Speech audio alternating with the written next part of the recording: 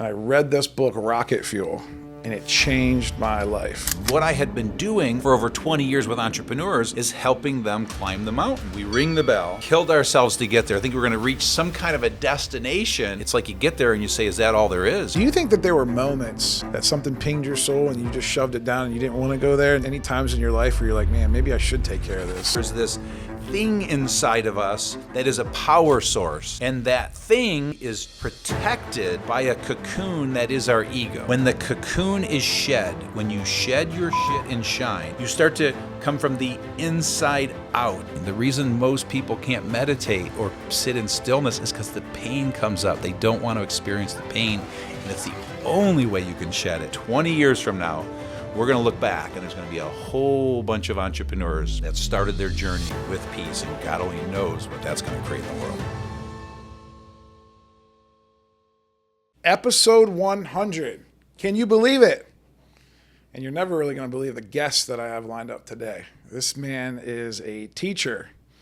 He is a author, even though he doesn't really want to be called an author because he's a teacher. I read one of his books. I'm not going to give you the name yet. I'm not going to give you his name yet. I read one of his books in at the end of 2020 when I was just going through a divorce, was going through some bad stuff at the office, wasn't energized in my business because I was wearing all the hats. And I read this book, Rocket Fuel, and it changed my life. And I've become obsessed with this man and his work and other things he's doing in the world. And he's written some other books since then, but the book that we're going to be talking about today just came out a few months ago, and it's called Shine. I'm here with author of Shine, Gino Wickman, also the creator of EOS. Gino, thank you so much for saying yes. I know that's a hard ask. Pleasure to be here, brother. I'm really looking forward to this. So, most of our audience is not going to be familiar with a lot of the stuff that we're going to be talking about today in Shine. Can you give them, first of all, give me your 2-minute outer world story? Mm-hmm. The success story, right? The stuff that, they can, if they type your name in, they're going to see all the good stuff. Yeah. Give me that 2-minute story so they can get to know who you are. Yeah, you bet. So, kind of been an entrepreneur my whole life, an entrepreneur in the making, mislabeled derelict. Did not go to college, barely graduated high school with my solid 2.3 GPA, and just wanted to work, went to work. After a bunch of scrappy endeavors, found my way in the family business, worked my way from the bottom up, took over the business in a year and a half. The business was in need of a turnaround. I felt I could save it. My dad handed me a check for $100,000 and the keys to the business and said, if you feel you can save it, do it. It's a $5 million company, 50 people.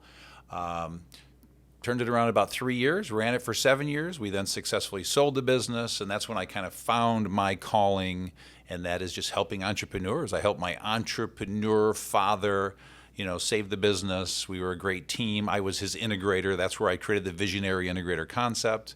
And then upon selling the business, transitioning the new leadership team out of Virginia, after about a year and a half, I then set out to pursue why I believe I'm here, and that's helping entrepreneurs get everything they want from their businesses and lives. And that led me to start helping entrepreneurs over a 5-year period. That's when I put the finishing touches on what is now EOS. That's when I wrote Traction, and then joined forces with my wonderful partner, Don Tinney, to then bring EOS to the world through a team of implementers. And we just recruited one at a time.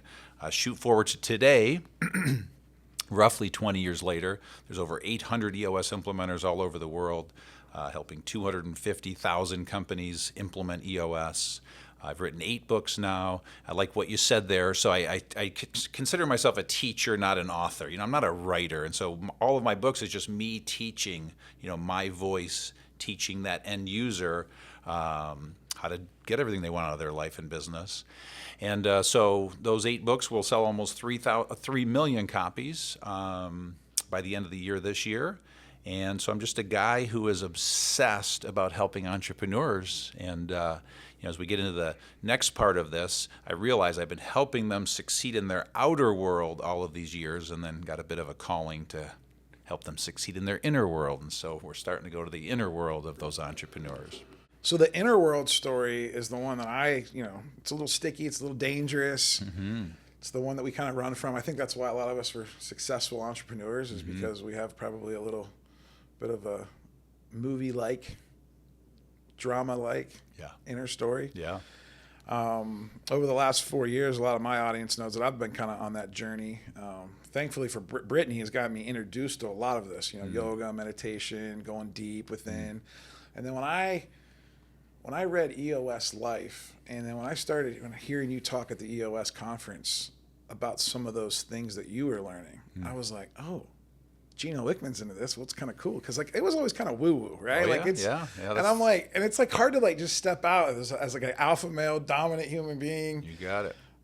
And like lean into that. And so when I was like, oh, if Gino can do it, I can start leaning in a little bit more. And so I've been on this little journey. And then when you wrote this book, Shine, it just spoke to my soul. And then when I heard the keynote, luckily you guys know, I was the opening keynote speaker at the EOS conference. I have no idea why they put me up there, but somehow they picked me.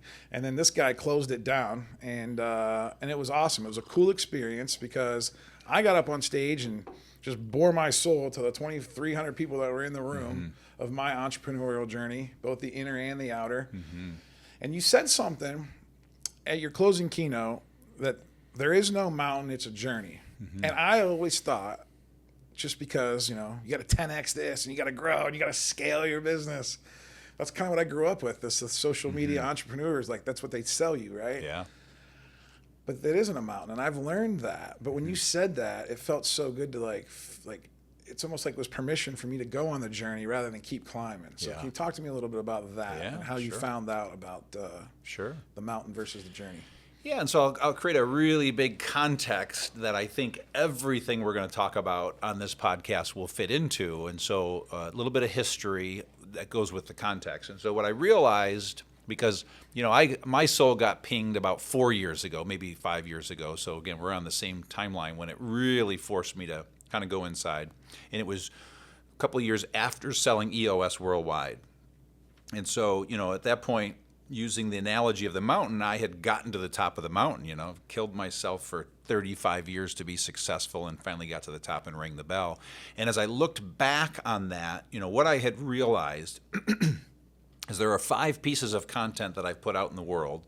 And very quickly, they are Entrepreneurial Leap for an entrepreneur in the making who's deciding whether they want to start a business. There's Rocket Fuel for when that visionary is ready to find their integrator counterpart, take the business to the next level.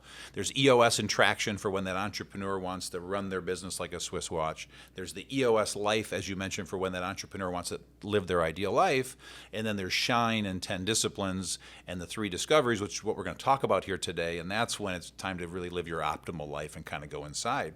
Well, if you envision those 5 pieces of content, what you're seeing is kind of the life of the entrepreneur from their inception to starting their business to, again, getting to the top of the mountain. And when I looked at those 5 pieces of content and saw that, I realized what I had been doing for over 20 years with entrepreneurs is helping them climb the mountain and succeed in their outer world by every imaginable outer world metric. They got the business, they got the stuff, they got the money, they got the people. And what I had realized, and again, this was for myself when my soul got pinged, is we get to the top of the mountain, we ring the bell, we killed ourselves to get there. I think we're going to reach some kind of a destination and all is going to be right in the world. And if I had a nickel for every time I heard it, including myself, it's like you get there and you say, is that all there is? I'm not feeling this level of satisfaction that I thought I was going to feel. And so that led me to start to look inside. And so hopefully that explains the outer world and the mountain. Well, with that said, now it's time to go into the inner world and find that peace, because the idea is, at some point we should have peace, fulfillment, joy, and you would think by getting to the top of the mountain and succeeding in all of those ways, you would feel that peace and joy and fulfillment, and most of us just don't. And so that forced me to look inside and go on this journey. Now, with that said, I'm a guy, the only thing I can speak to from experience is that I got to the top of the mountain and started to do the work. Now, I've been doing the work a bit since I was 30, but just scratching the surface. It's like the sledgehammer to the head came at like 52 years old. So I'm an example of someone who was able to go inside and find that inner peace, or at least begin that journey. I don't know where I am on the scale of fully feeling peaceful, but I'm a hell of a lot more peaceful than what I was.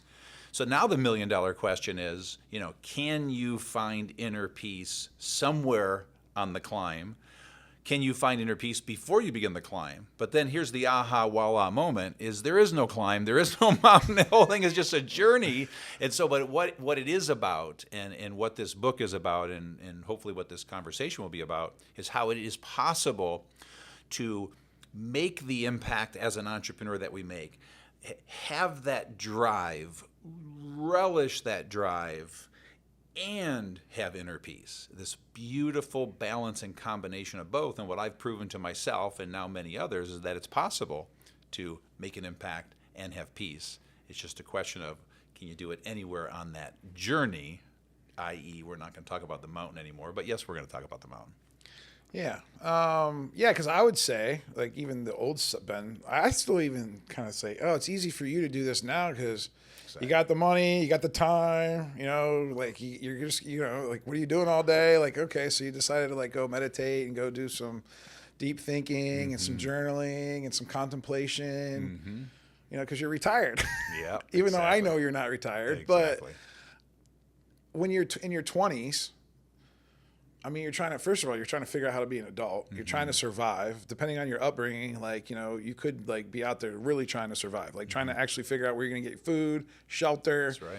water, like all the stuff, trying to keep a job, busy stuff, right? Yeah. That keeps you very busy and kind of like, you know, on that hamster wheel. Yeah. And so I'm very interested to find out over the next 20 to 30 to 50 years if that's going to be possible because, and I actually think, or I actually feel that it is possible. I think that with the generation of us now kind of be talking to our kids about it, it's a lot more open. I mean, this stuff, 20, 30, you know, your kids are what, 30? Yeah, 28, 30. Yeah, my kid's 10, and I have a 2-year-old, and I'm going to start having those conversations now with the 10-year-old, you know? They're going to see, like, the change at a faster, right? And so, like, all of this work that we're doing today, and all of this, you know, and Shine's just the first book by a really awesome driven entrepreneur, and I'm sure that more are going to lead to like writing their own books. Yeah, I would assume once they found their peace, to like, you know, but those are going to be the guys that reach the top.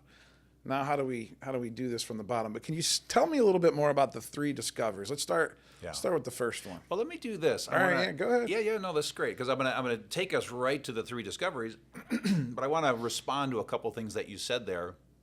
And I want to make sure the context is clear again. So the context is that, you know, we driven entrepreneurs, we're climbing this mountain, trying to reach this destination, only to realize, you know, it did not give us the peace and fulfillment. So there's context 1. Context 2 is this whole outer inner world thing. In other words, we're masterful at finding all the ways to succeed in our outer world, not so masterful at the inner world stuff. And so if that context is clear, you know, then we've got this context of the mountain that we're realizing and learn that there is no mountain. And so let's just call it the journey.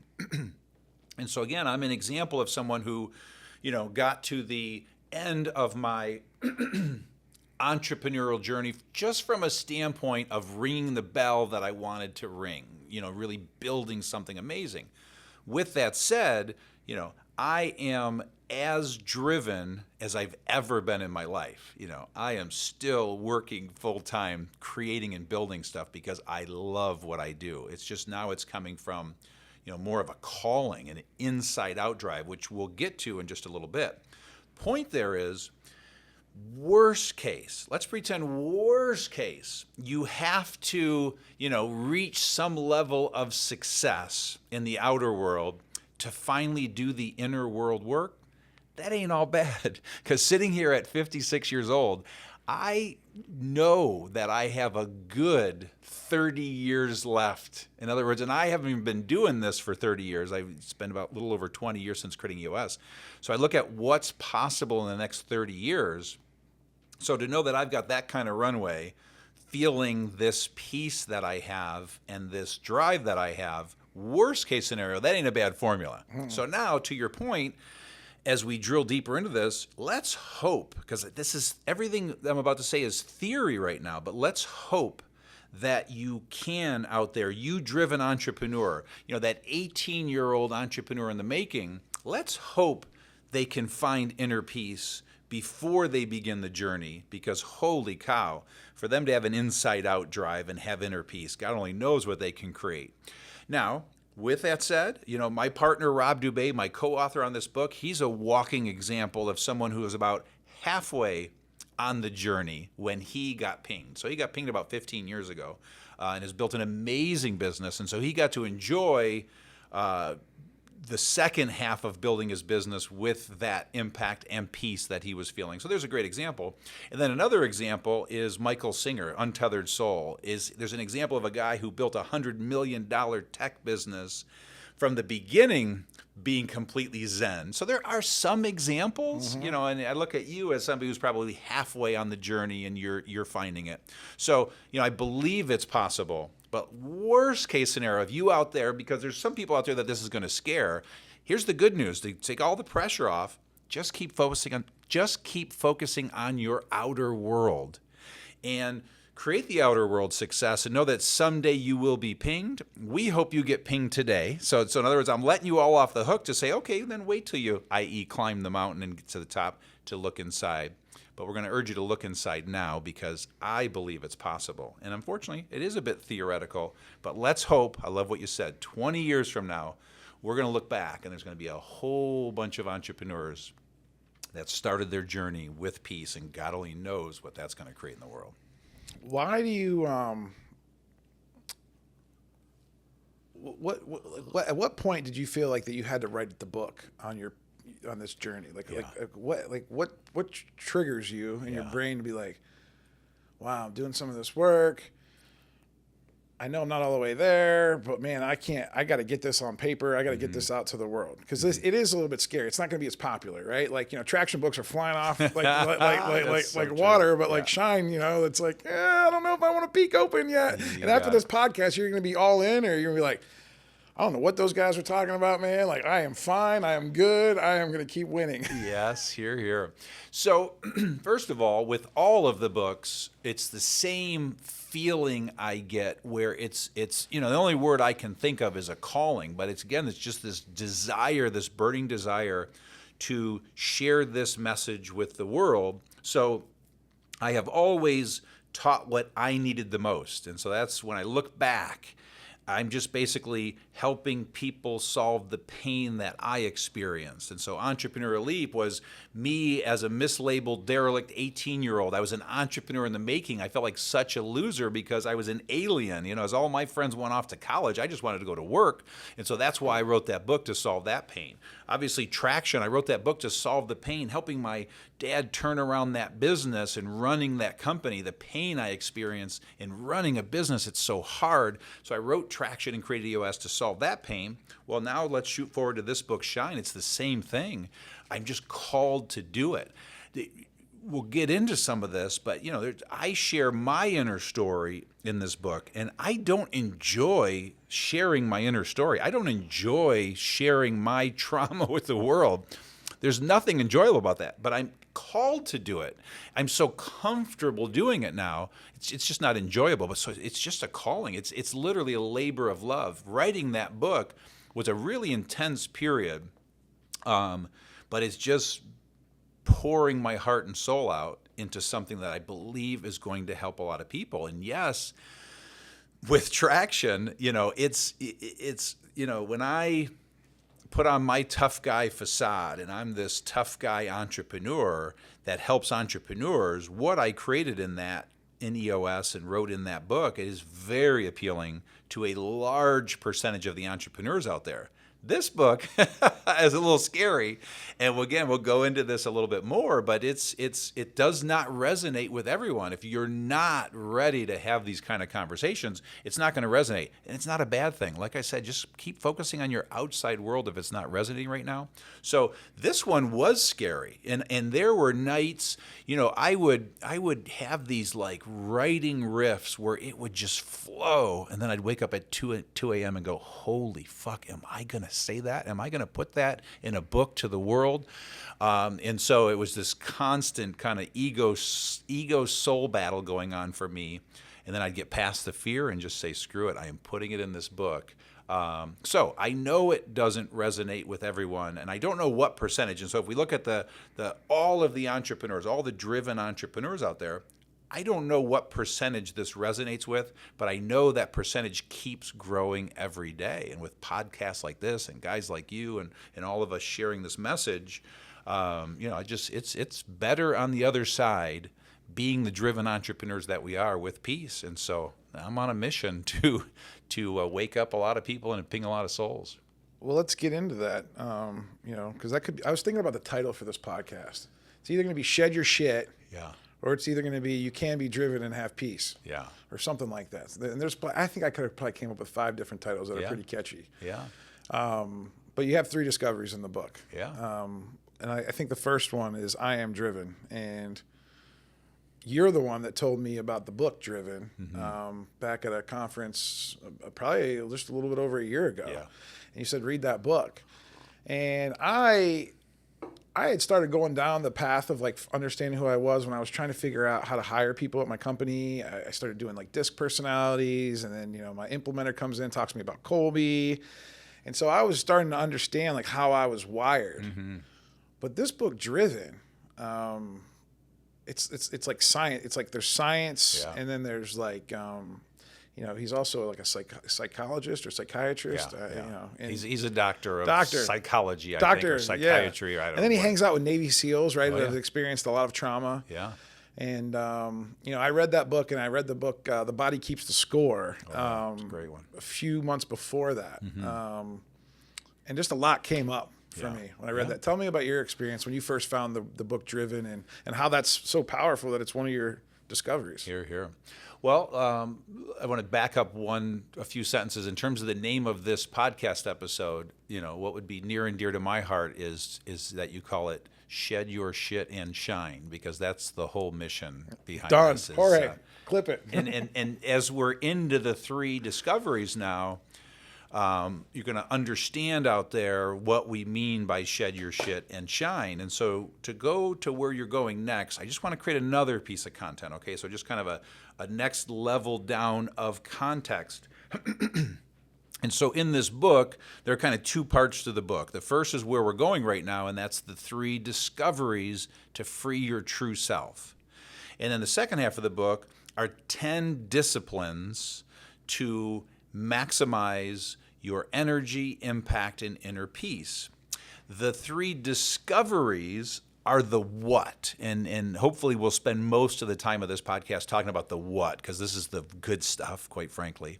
The 10 disciplines are the how. It's how to do it, okay? But we're going to touch on some of the hows in this first piece that we're going to. But contextually, I just want your audience to understand that big picture and know where we are as we dig into these 3 discoveries. Now we'll go to the next level down in context. And again, there are 3 discoveries. And these 3 discoveries are 3 discoveries that I made at roughly 52 years old on this 4-year journey I've been on that have really helped me to free my true self. Now, I don't know how free my true self is.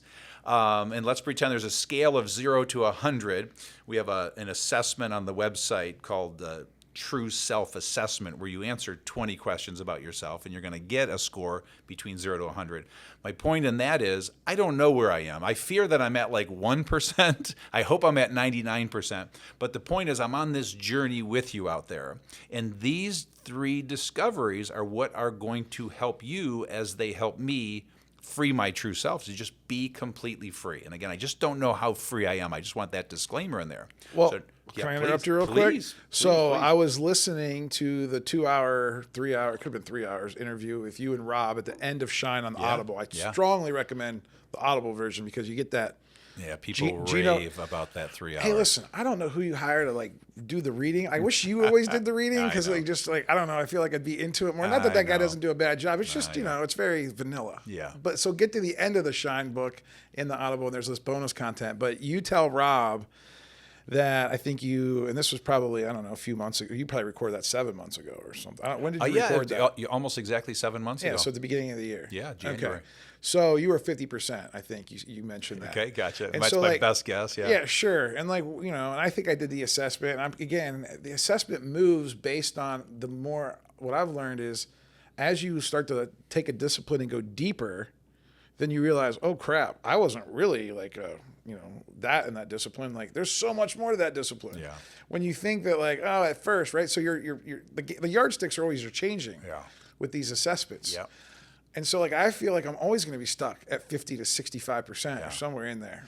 Well, I would say, where are you at now? Yeah, and that assessment is at our website, the10disciplines.com, just so that people aren't wondering where the heck you find that. And it is free. And so where am I now? Here's the realization I made is, after I said that, I may have said it in the interview, but every day is different. Some days I'm at 1%, and some days I feel like I'm at 99%. So it's an ever-changing thing, and I feel like we're either expanding or we're contracting, and it's this constant expanding and contracting, but the expansion keeps getting bigger, and the contractions keep getting smaller.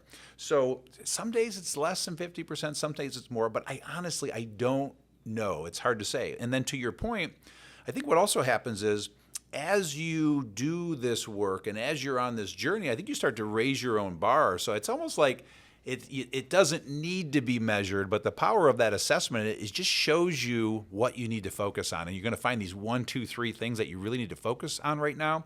That's just going to help you find more inner peace. And so if you're ready, I'll take us back now. Yeah, let's go back to the 3 discoveries. Yeah. And hopefully the context is clear.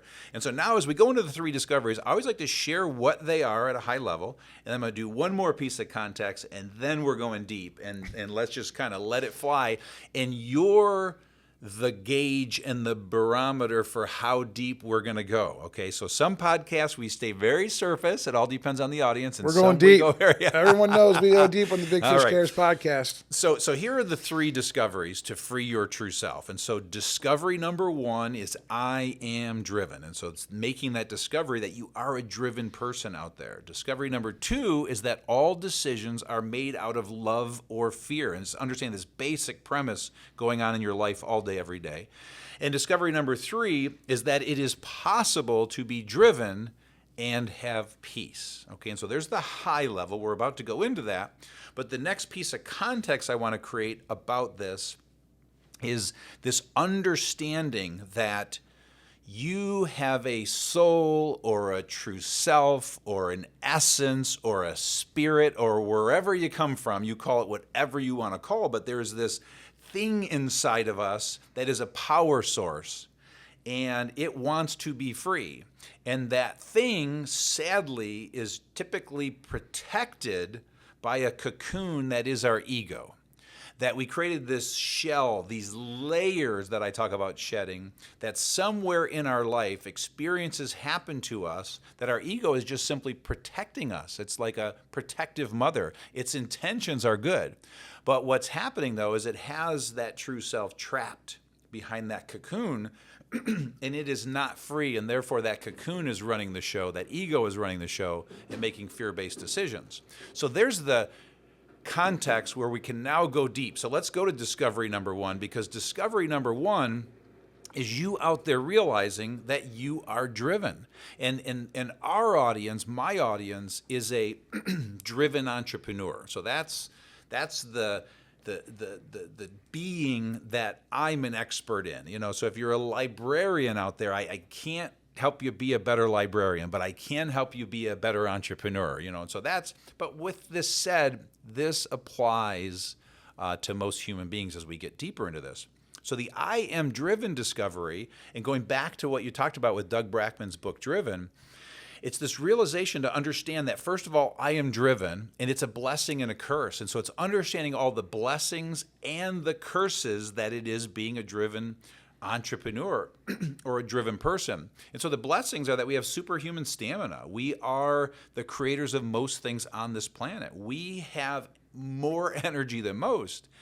The downside, the curse, is that we do a lot of damage to ourselves, mentally, physically, emotionally, and to the people in our life. And so it's just being aware of that. Then we go into what you learn when you read the book Driven by Dr. Doug Brackman. And I just highly recommend it because, like you said, it gets to the science of what's really going on. Helps you understand that it's a genetic flaw that we have. It's about 10% of the population, and then it's about 3 to 4% that are driven entrepreneurs. But what's happening is there's a allele in our gene, and it just doesn't fire the same. And so we don't feel as rewarded as the rest of the population. And so we just need more of an endorphin hit. Oh, I know that feeling. And when you understand that, you then start to understand our addictive behaviors, because what we then tend to do as driven entrepreneurs is get pulled into our addictions to hide our pain. Again, with that cocoon running the show, we tend to numb ourselves. And addiction is just doing something that's not good for you that numbs the pain. And it's everything from work. We're all mostly workaholics when that cocoon's running the show. But it's everything else like gambling, porn, shopping, extreme sports. We just get lost in these things. And the good news is, once you understand all that, again, that first discovery is just understanding this about yourself, admitting all of this, all of a sudden that's the beginning. That's the first step to starting to free your soul, free your true self. I wish that they would have told my school teachers that. You're here, man. School teachers do not know how to handle us. No, and my mom. Like, I wish they would. I just wish they would have. Like, yeah, I wish there would have been the book. I wish the book would have been out in the '80s or something like that. You know, they were just, here, man. They're like, oh, try to take Ritalin, do this, do that. Like, Here. why can't you just sit still? Here. Like, Yeah, so now watch this, okay? And so what I hope is that I've conveyed a clear context with this cocoon concept, okay? And so there's a PowerPoint slide I created that's animated where you have this huge bright ball of light. That is what we are. Those are our souls shining, our true self shining. And we have the souls of driven entrepreneurs. So it's a very specific kind of true self and soul that we are. And so when you picture that, all of a sudden that bright ball of light is now quashed, diminished by the cocoon, because again, it's just protecting us. Well, again, we are these driven entrepreneurial souls. And like we're talking about, teachers don't know how to handle that. Our ADD is a blessing. It is a true, true blessing.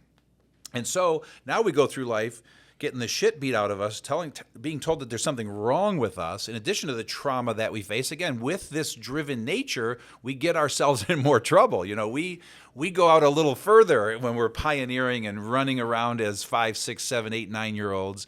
And with that, getting ourselves in trouble causes the trauma. And we can talk about all forms of trauma, but nonetheless, with that trauma, with those experiences, with that conditioning by parents and teachers telling us, how screwed up we are, all of a sudden, we start to protect ourselves from all that stuff. And there's that cocoon, and it just keeps building and building and building and building. And there's that cocoon wrapped around that beautiful soul that wants to shine. And so, again, it's just understanding that. Now that you know that beautiful ball of light that you are, trapped behind that cocoon, and you know what it means to be driven and the good and the bad, now that takes us to the next discovery. And so as we're about to go to number 2, I want to pause to make sure you've said or asked or offered anything you want to around the first discovery. Yeah. So I think it was in the book. I think Dr. Doug talks about this when the people come home from the war. Yeah.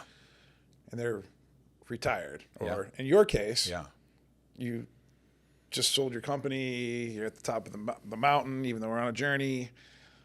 And like it all rushes up. Yeah. And you realize like, whoa, I've been like stuffing that down. Yeah. Well, I'll tell you exactly how he teaches what you're talking about, because it's not in his book actually. He was a guest in our mastermind. Okay. And in our mastermind, as a guest, he said something that was like a lightning bolt for me, because what he talked about, so he works with driven people. So entrepreneurs, Navy SEALs, athletes, so driven people. And he's talking about the Navy SEALs. And what he said the Navy SEAL doesn't experience the trauma on the battlefield. They experience the trauma when they're at home on the couch and they are safe. And so the reason it hit me so hard is that's what happened to me 4 years ago. I had sold the business. 2 years after selling it, I was sitting in my living room, got to the top of the mountain, rang the bell. I was feeling pretty damn good about my outer world, and I was kind of celebrating it for the first time. And That's when the universe hit me upside the head, and that's when I had my awakening, and all of my trauma rushed up. I mean, like, I can't even describe it. It was so powerful, excruciating, scary. And so that was why it was a lightning bulb moment, because that's what happened to me. When I finally was safe after 40, 50 years of not feeling safe, the trauma came up, and I realized that I have been fighting a war, just like that Navy SEAL. I've been fighting a war for 30, 40, 50 years. And it's like I was home from the war and I was safe and the trauma came up. And so that's what he said. And so he said it there and it was like, whoa. And so I've been quoting that 1,000 times since he said it to us a year ago. Why do you think that you felt unsafe? And I'm hoping that through your story that other people can try to figure out how maybe like if they feel safe or not. Because if I just like go ask a random guy in the parking lot, hey, do you feel safe? He's going to probably say, yeah, you're not going to pull a gun out on me right now, are you? Exactly. So tell me what that meant for you. That's really good. And so let's just jump right to discovery number 2, because that's where this shows up. Okay. So now we're going to go to discovery number 2, and that discovery is that all decisions are made out of love or fear. And so contextually there, the power of this is to understand. Each one of these discoveries is just a discovery that I made that I hope you make in this conversation we're having. And it's just understanding that, holy cow, everything I do all day, my decisions, my thoughts, my emotions, and my feelings, they're either coming from love or fear. Now, I'm going to take those two words, love and fear, and I'm going to attach them to where they are attached to, which is love is coming from your soul, your heart, your being, your true self. That's love. Fear is coming from your ego, your mind, your brain, okay? And so with that, I want to just interchange those words, love, fear. We're just going to call that true self and ego, okay? And so what's happening is when you are making fear-based decisions, having emotions, feelings, and thoughts, it's coming from your ego. When you're having love-based feelings, thoughts, emotions, decisions, it's coming from your true self.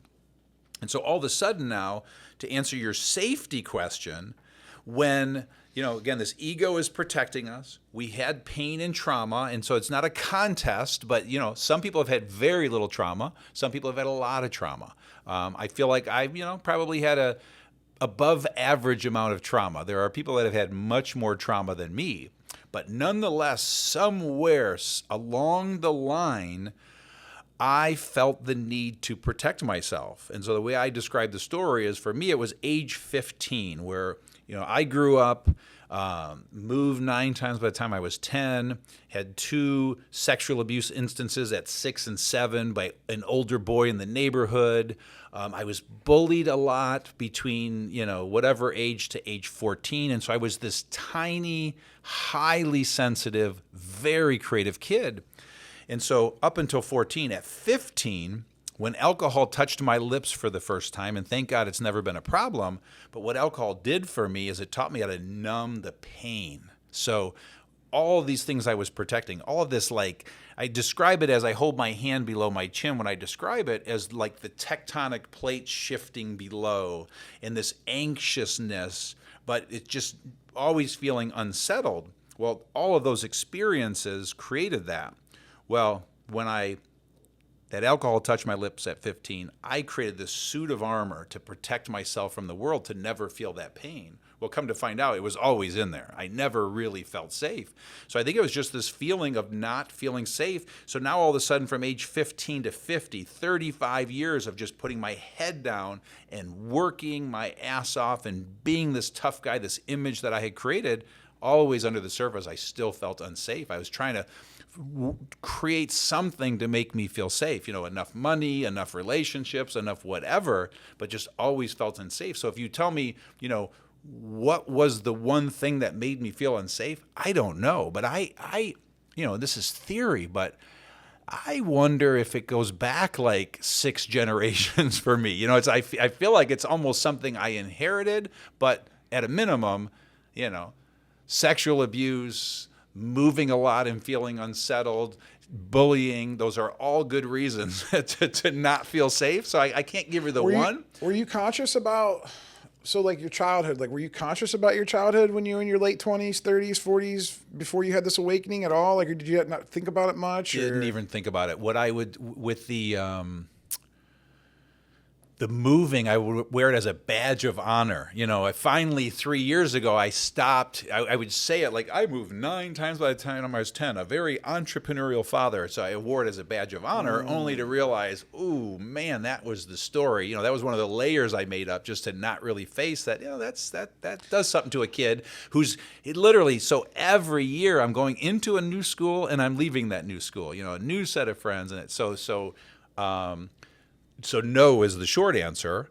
You know, the sex abuse stuff, I finally shared it with a person in therapy in my early 30s. So I didn't even utter it out loud. Did your wife even know? No, because I'm leading up to that next. Okay. Because after therapy, then I finally decided to tell her. And so I told her like in my mid 30s, and I thought she was going to leave me, you know, because I was broken, you know. And then I finally told my kids, just in the last 4 years I've told, and now I'm telling the whole fucking world, you know. So this is where I don't enjoy sharing this. Did your mom ever know? She does now. But she didn't know when you were a kid? No. Wow. Yeah, no. So, and again, you can go into, and I've gone so deep into this. I did some great therapy around it in this last 4 years that's been profound, finally going deep into it. But yeah, I mean, so play all of that out. And that's a person that just doesn't feel safe. But I literally did not confront it, address it, talk about it. And then one of the abusers, again, it was 2 different situations, 2 different older boys, 2 different houses. Again, I moved 9 times by the time I was 10.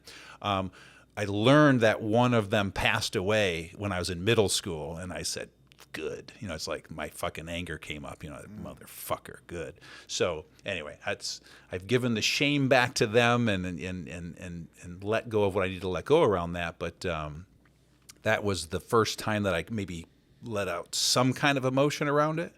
But then when I told my wife and she didn't leave me. What was that like? And I told my kids and they didn't leave me.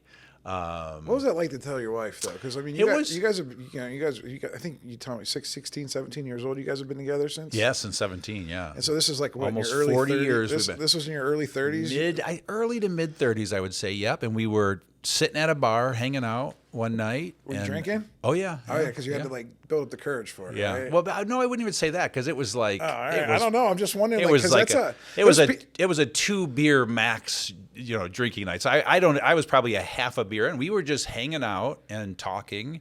And I think I had a therapy session that day, and I decided I'm going to tell her. And so it was very casual. It wasn't like, honey, we got to talk, and let's, you know, we got to go sit on the couch, and I need 2 hours a year. It wasn't anything like that. Yeah, it was she knew you were in therapy, we're talking right? about it. Yeah. So, yeah. So and I'd done so many different things that, you know, she already knew I went deep on things, but it was just that I just could not bring myself to open up to her about, because, again, I thought she'd leave me.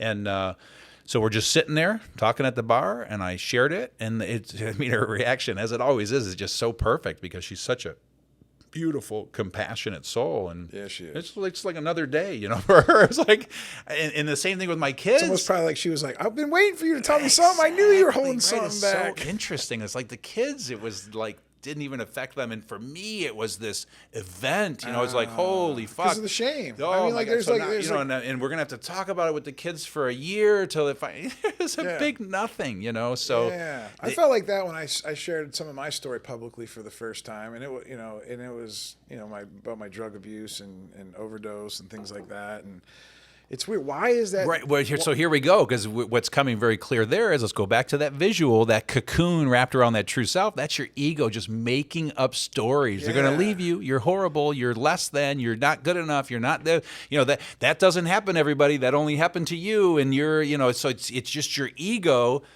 trying to protect you. The ego never makes the right decision. So it's just scaring the shit out of you as to all the things that are going to go wrong if you open up and let your true self shine. Because when you come from your true self, it's like a no-brainer. It just comes out. It just comes out. It flows. So lots of people have trauma, and the point I'm making is, because again, this is not a trauma contest. This is not a trauma party. We're not doing woundology here. So everybody has varying degrees. The point I'm making is driven entrepreneurs tend to have a lot of trauma. I don't want to say they have the most trauma. I don't know. I only can speak about driven entrepreneurs, but we just tend to, with our huge risk taking and our endorphin hit need, we just tend to go out into run out into the street. We're curious. We're curious. Well, right? you could call it curious. Do you think that we're extra? I think we're extra curious. Well, and I think that curiosity gets us into promiscuous places sometimes. So that's fair. I don't know. That might. I don't know that I would use that word, and so I can't speak from experience if that's the word, because my experience is just that it's a risk taking. So curious maybe makes sense because I'm thinking.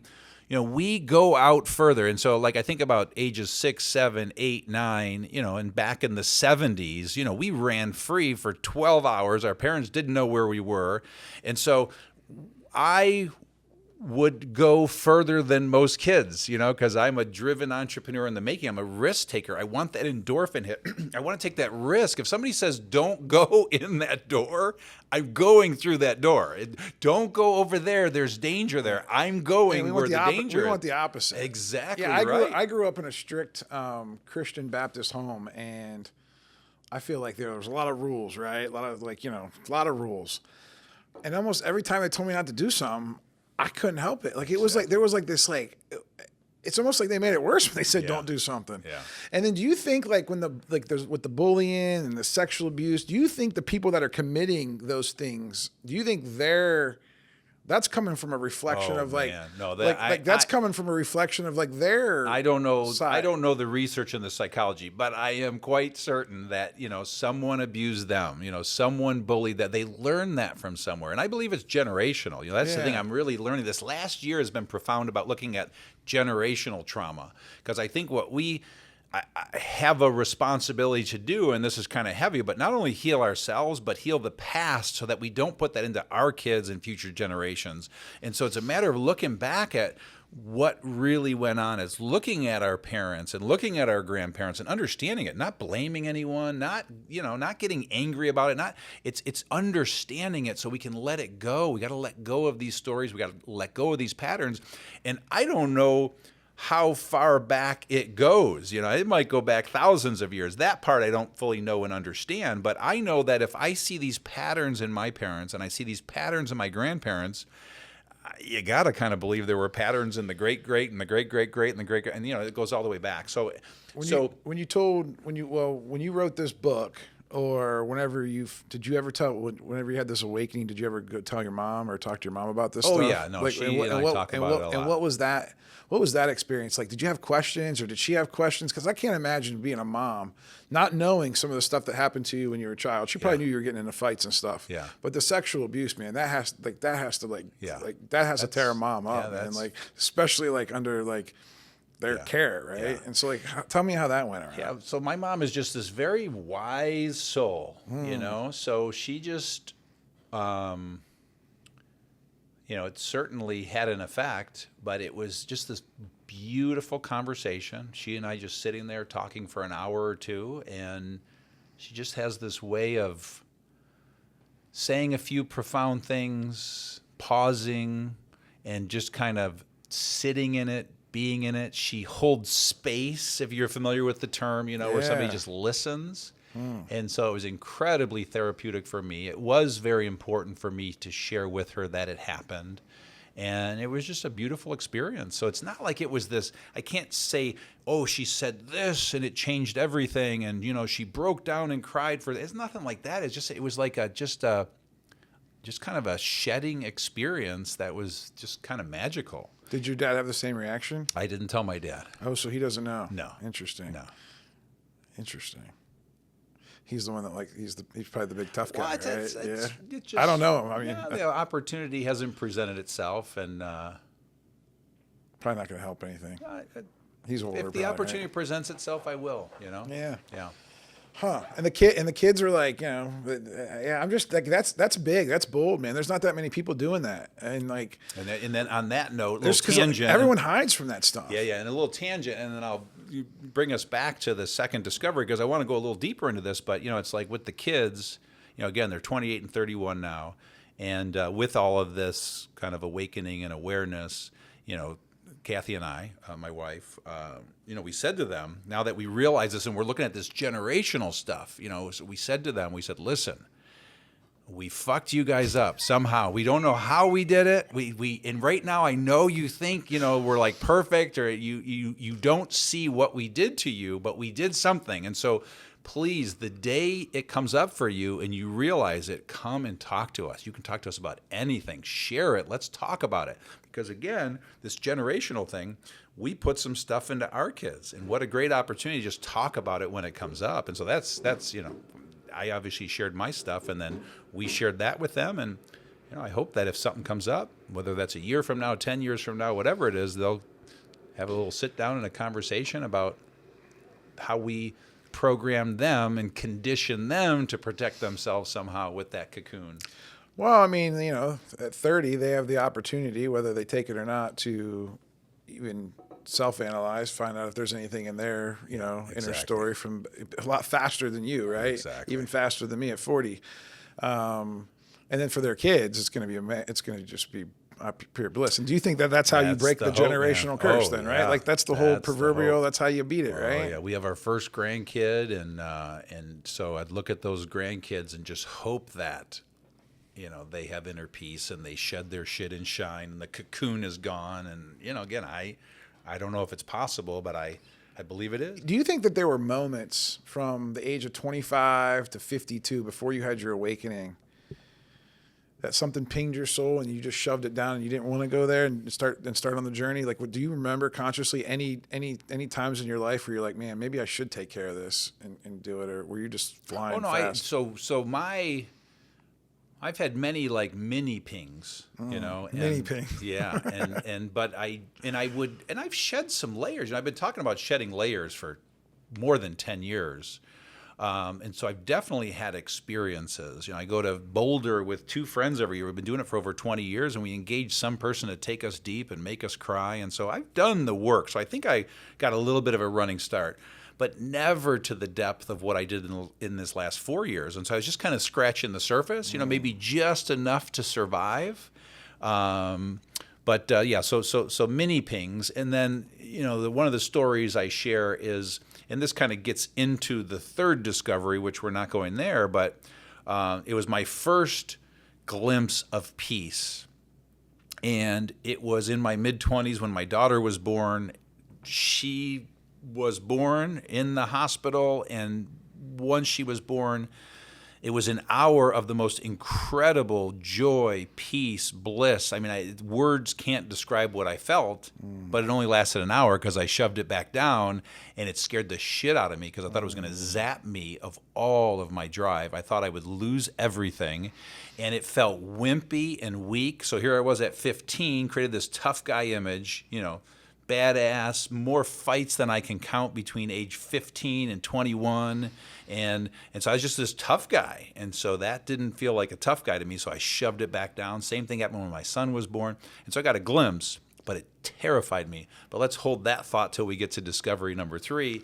And can I bring us back to discovery number 2? Sure. So I just want to share one last piece, and then you tell me if this prompts anything, because now I want to take the audience deep into discovery number 2, which is all decisions are made out of love or fear. So now we have this visual image of this cocoon wrapped around this soul or this true self. And so in understanding that dynamic, again, the ego is making the fear-based decisions. The true self is making the love-based decisions. I want to take you to the root of what's really going on. I'm going to do a fast version of this. It's pretty heavy and deep, so hopefully I won't go too fast, but you hold me to task on just making sure I'm illustrating the point. Obviously, we go into great detail in the book on this, but it's basically going a few layers deep into understanding what's going on. And so the first is just to understand that your true self is in there. Once you see the cocoon and you understand it, your true self is in there and it wants to be free. You just got to know that it wants to be free. It wants out. And there's going to come a point in your life when your soul will be pinged. I describe it as letting a little light in or a little light out. And so hopefully that's happening for a lot of your listeners in this podcast episode. Once you understand it's in there, then we go another level deep into understanding that you are pure energy, okay? And so this one gets a little heavy for people, but it's scientifically proven now. Google it. We're like 99.99999% error. We're just pure energy, and it's really hard to understand. But if you picture that cocoon image that I'm sharing, picture all that as pure energy. And some of us, as energy, we are all balls of energy, and some of us burn very bright, and some of us don't burn very bright. And the ones that don't burn very bright, it's just blocked energy. It's just, the cocoon is so strong. Those layers are so strong. And I describe it as the suit of armor. I describe it as layers. I describe it as a structure our ego creates. You could think of it as a block of marble that your true self is in there, and it's a matter of chipping away everything that isn't you. But once you understand that dynamic, you understand your pure energy, it's a matter of looking at how bright you're shining and burning. And when you're not, it's just a matter of removing blocks, which takes us down another level to understand you can remove blocked energy. You can remove and let this stuff go. Everything you and I have been talking about so far, this trauma from the past, it's a matter of letting it go. What's happening is we're just hanging on to it as a story that we think is serving us well and protecting us. It's the cocoon. The cocoon is hanging on so tight. We're hanging on to it so tight because we're trying to, again, feel safe and never feel that pain again. And then ultimately you get to the final level when you understand that you can remove that block and just start paying attention, become aware as you go throughout your day now. Be aware when a thought, emotion, feeling, decision is made or something comes up. Did it come from love or fear? And you're going to find, as did I, most of it was coming from fear. And then you just need to make a shift. So if you become aware, as Eckhart Tolle taught us, with awareness comes transformation and freedom, you just start shifting. And even a 10% shift in your fear-based decisions to more love-based decisions is like a Richter scale. I mean, it will be life-changing, but it's about shedding the shit. That's why I hope the episode is called Shed Your Shit and Shine. We have a podcast called Shed and Shine because that's what this is all about. That's our mission, is helping you shed all of that shit and shining, because that's what our souls and true selves want to do. How do you like know, like, when you're making decisions out of fear? Like, how, like, where's like is there a secret sauce, or like, do you have to, like, for our driven brains, most of it's going ching, and we're just like decision. Yeah. Like that's what we were taught as business people. Yeah. Like, make more decisions, just make more. I think you even wrote didn't you write something about decisions? I think I read one time to where, like, you just need to make decisions. Well, yeah, I wrote a book called Decide. The book Decide. is literally called Yeah, Decide. it's like an ebook or something, right? And I teach the 10 commandments of great decision making. So absolutely. Yeah. Interestingly enough, in that book, which was written 10 years ago, I talk about intuition there. And what I believe is intuition is just our true self speaking to us. It's our soul speaking to us. So call it what you want. And so it's listening to that. But I'll give you a couple examples, and hopefully this will help. And let's you and I, you run the clock here and watch the clock, but let's you and I bask in this to hopefully make this clear, but also even talking about shedding to the degree we can talk about it, because they go hand in hand. Because the idea is when you're making a fear-based decision, there's typically a sensation that happens in your body, okay? And so, for example, and I give this example in the book, I talk about how a gentleman shared with me, I was starting a new business, and I was telling him how, I'm just so excited. It's like my body is so excited to start this new business. And he says to me, well, that's not necessarily a good thing. He said, when the decision is right, there will be no sensation. When the decision is right, it comes from a knowing. And so the sensation is the fix. Now, I'm going to give you one or two examples here, but we can go into more if you want. But that was something where it's like, I'm excited about this thing. And so that's me looking for a fix. That's me looking to numb the pain. That's me looking to hide behind whatever's going on. And so what I've learned is when it comes from a knowing, from my true self, from my intuition, there's a knowingness, a nothingness. There's no sensation. Peace feels like nothing. You can't describe peace. Peace is just the word we created for it. But when you're living from your true self, it's a nothingness. It's the most incredible feeling. So there's one example, and then it's looking at, why did I feel that sensation? Another example is, just think about a decision you're making. And that's any decision. And so we driven entrepreneurs, we make 10 times more decisions than everyone else on the planet.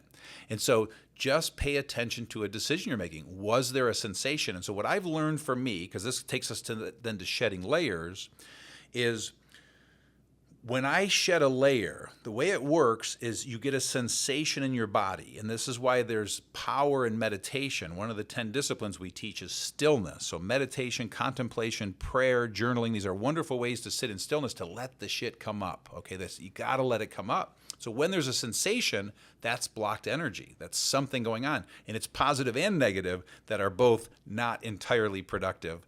And so pay attention to the decision. And so if you're making a decision about someone, hiring someone, firing someone, whatever it is there a sensation? If there's a sensation, it's coming from ego. It's coming from fear. If there's no sensation, it's a knowingness, and you're right. And hopefully out there you've had enough experiences where you just knew it was the right thing to do. You made the decision, it worked. That's when you're coming from your true self. So now, when the sensation comes up, here's where the magic happens, is what I've learned for me, most of the time it comes up in two places, either in my chest or in my stomach. And when it comes up in my chest, it has to do with something from the past. When it comes up in my stomach, it's something about the future. Both need to be shed, but at least it helps me narrow it down. This is something I'm fearing, worrying, or getting excited about the future when it's in my stomach. When it's in my chest, something I got to go back to my past. Now, here's the other beauty. You don't have to know what it is.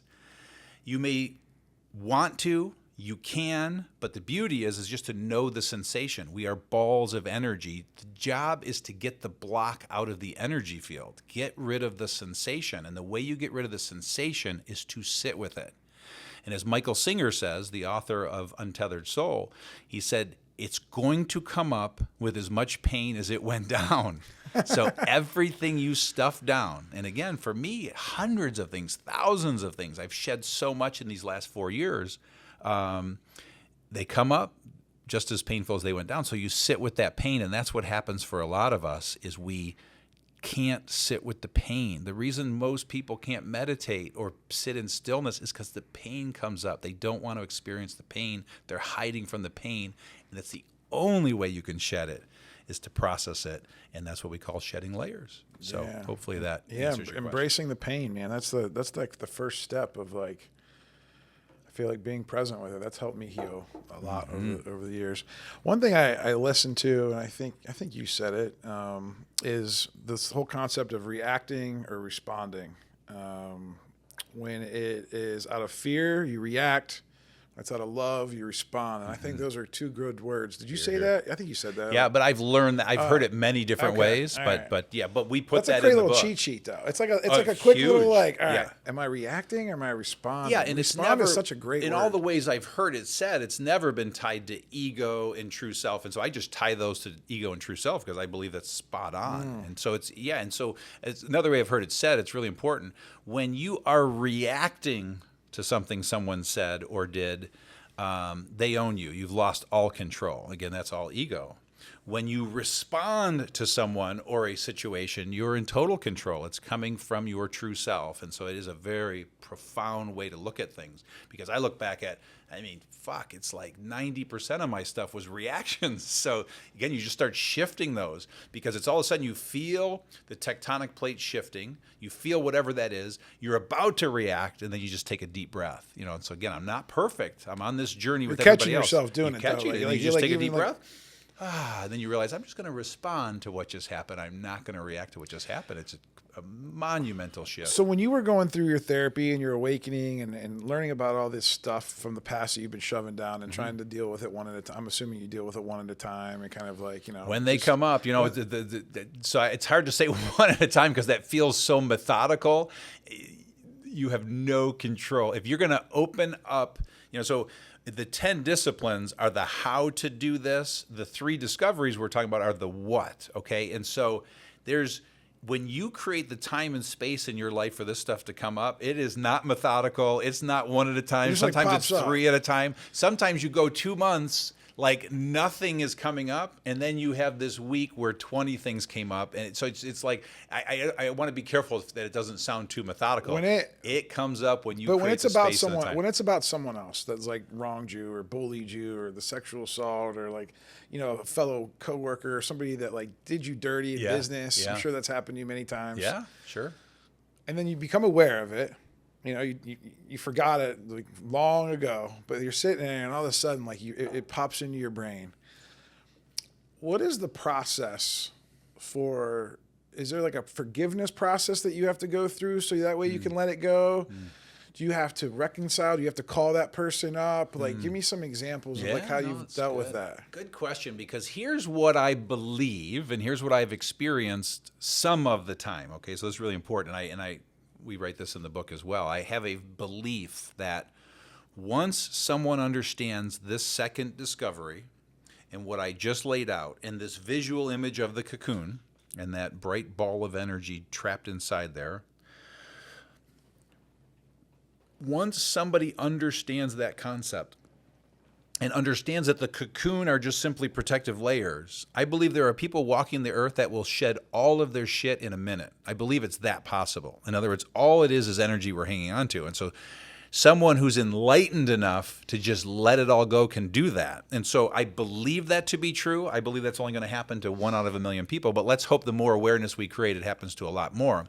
How would they be enlightened though to be able to do that if they were living with some of that stuff? Well, they'd quickly become enlightened. But again, who knows what it is? But let's pretend, who knows, their soul is powerful enough to help them see that that's that. But let's forget what state they're in when it happens. I believe it's possible and I believe it can happen. The point in that is that situation, if that's true and it's theoretical, you didn't have to go through a process. It's just understanding. It's awareness. It's just a knowingness, knowing that, here's how it works. Now, again, that's the few. I am not one of the lucky ones. I'm on the slow road to freedom here.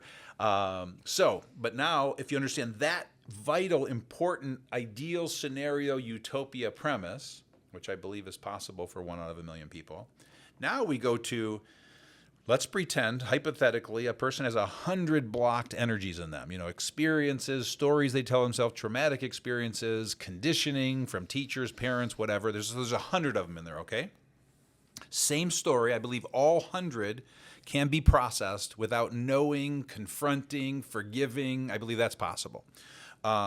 More possible than the first thing I shared. But now let's get to getting into it. You know, so what the therapy that I did therapy in my 20s and early 30s, which worked okay, but not great because I was not ready to be honest. I tried it again briefly in my 40s, did not work. I wasn't ready to be honest. In my 50s, during this last 4 years, I tried it again. It was very powerful because I was ready to be fully honest. Was that you or the therapist, do you think? Like, was it, how much of that has to do with me. having When a the good student therapist? is ready, the teacher appears. Gotcha. It was me. Okay. But my point I'm making here is the assignment that therapist gave me is to list all of the trauma, embarrassment, situations, anything emotionally charged in my life from age 0 to 50. And I came up with 50 things, and we went through all 50 one at a time over a 6-month period, 2-hour sessions.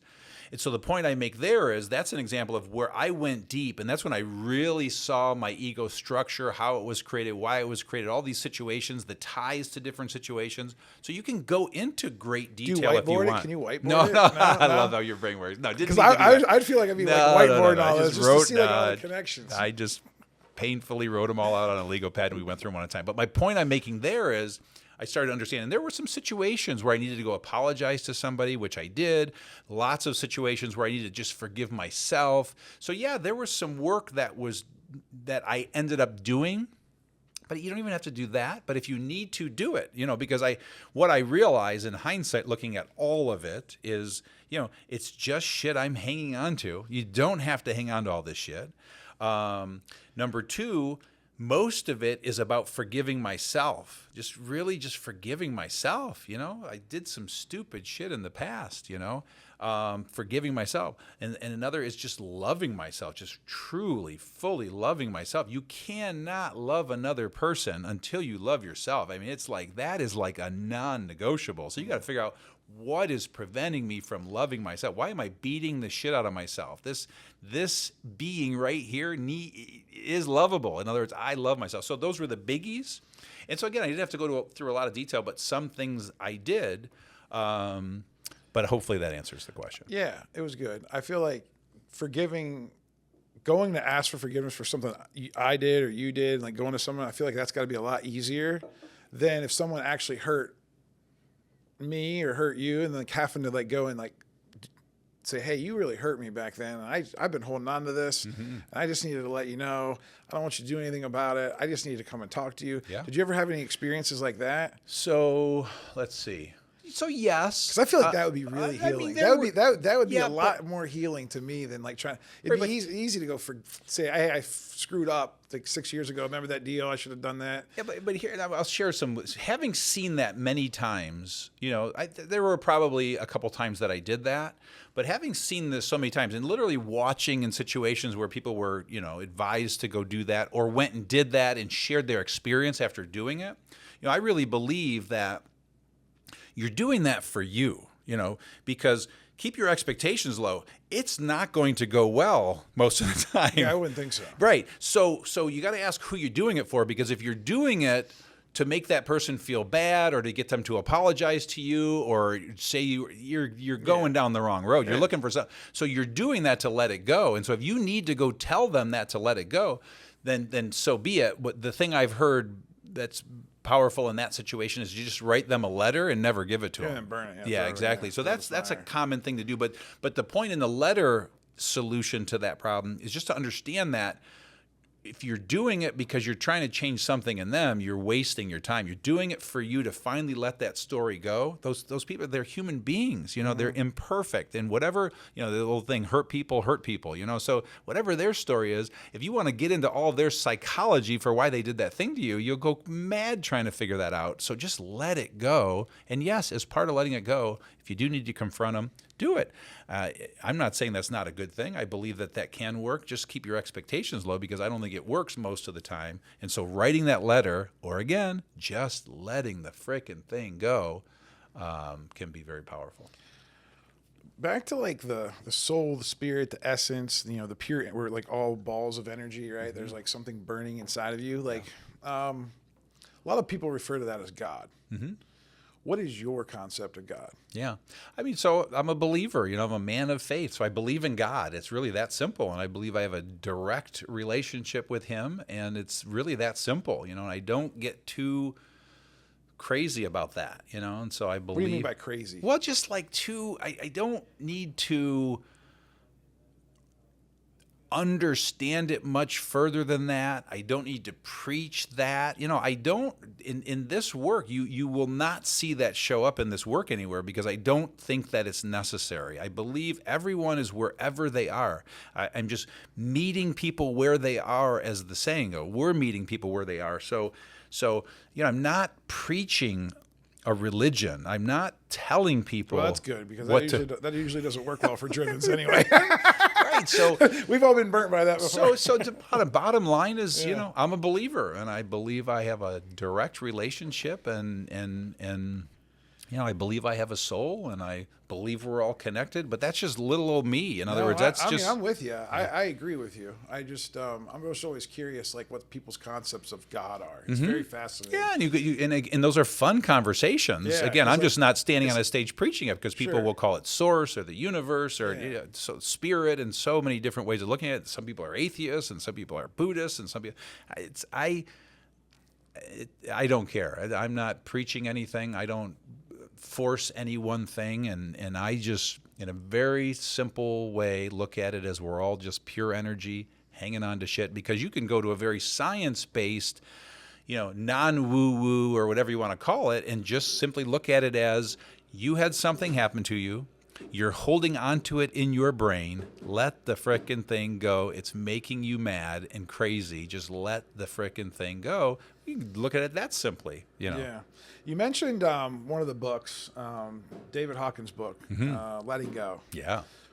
One question I have for you: have you read any of those other ones? Because Oh, I've seen yeah, they're thick. That was the hardest. That was the thickest one. They're hard to read. I think I've read 4 of his books. Okay. Yeah, I'm a big fan. They have like a theme to them all. Oh yeah. And I was just curious if you liked any of those ones. So Letting Go, there's 3 books I always recommend. So during my kind of awakening, I believe Letting Go might have been the trigger point that woke me up, because I coincidentally happened to be doing a very deep dive into that book right around that time. But Letting Go, Untethered Soul by Michael Singer, and Driven by Dr. Doug Brackman. Those are the 3 books in kind of that year that were very profound for me. How many books do you read? It all depends. I go through these really crazy, intense periods where, I'll read 20 books in a year, and when I read a book, I don't skim books. I devour the book. I get into it deeply. And then there's some years I'll read 6 books and go really deep. I think it took me 3 months to finish my first read of Letting Go. It's so powerful. Yeah. It's so deep. So much highlighting, so much rereading, so much going back, so much like I would read. It's really powerful because what I love about that is he talks about his map of consciousness. Okay, it's another way of looking at how we're energy and how we vibrate high. So he talks about how we somewhere on a scale of 0 to 1,000. Okay, and so 700 and above is enlightenment. The bottom is shame and anger and all that good stuff. So with that, we're all somewhere on that scale. And then what he does each chapter is he talks about each one of those emotions because we're all living in one of those states most of the time. And so that was very profound. And so I would read a chapter and then I would contemplate on that chapter for sometimes days. It's like shame, okay? I didn't know what the word shame meant 4 years ago. And to read all about shame, his book Map of Consciousness describes it the best, I was walking shame. I didn't know what the word meant. I thought that was the last thing on earth I was experiencing. And once I understood it, it's like, oh my God. So very profound experience if you want to really dig into that book and that content. I like that. So I like scales and I like, ratings and stuff like that. Too. Yeah. And so when you saw that, do you think that, I would assume that you bounce around on that scale. We bounce around on that scale, right? For sure. But what you'll find is you're kind of there's like a somewhere on median the and scale average. you spend most of your time. Gotcha. But yeah, we definitely bounce around. There's no question. Do you think that it's that expand and contract, and contract. Like we can be at 500 and then be down to 200, but you're not going to go all the way to 5 or 20. You keep moving up as you shed. And that's why I believe every time you shed a layer, you move up. We should make another visual like that. Yeah. That'd be cool. I did like your cocoon visual at the conference. That was really cool. Yeah. If we can get a copy of that for the podcast, I'd like to. Oh, for sure. I'd like to sneak that in because it's hard to visualize it, I think, without seeing it. Send an email and my assistant will send it to you. So I have a home improvement company, and a lot of my listeners are in the same boat, right? We have, entrepreneurial companies. Mm-hmm. We're learning about this stuff thanks to the work that you're doing. We are hopefully starting to shed and shine. And I've noticed in my own journey, as I am aware and I start to do that, my map of consciousness, my scale goes up. And then, I see in my other areas of my life that I'm around humans that their scale might not be at the same average. Yeah. And I'm having trouble because what I'm also trying to do is be humble at the same time and be like, oh, I'm enlightened and you're not, because I don't think I'm like that. Mm-hmm. But it's hard to be around people, like even family members sometimes, like old friends, right? Yeah. So tell me about like your experience of like as you kind of went up the scale a little bit and then noticed that you maybe created some things or were around some different people, family, business people, friends. How do you deal with that? Yeah. Because that is like one of the hardest things that I'm grappling with, because the love wants me to like keep trying to like, but then spending time sometimes is cringy. Yeah. So give me your thoughts on that. Yeah. Well, I'll give a context first. Here we go with context. Always context. I am definitely a context person. So, let's use the map of consciousness as the example, okay? And I'll see if I can quickly find some words just to to give you a sense, yeah, so right here. So if you think about 0 to 1,000, and here's some of the words. There's more words than this, but from the bottom up, it's words like shame, and then guilt, and then fear, anger, courage. And again, you're moving up here, acceptance, love, peace, enlightenment. So you're slowly moving up the scale, right? Well, again, as a whole, we tend to be kind of in one range. Most people stay there their whole lives. It's hard for people to move up. He talks about that in the book as well, but we can move up. Again, as long as we shed our stuff, we'll move up.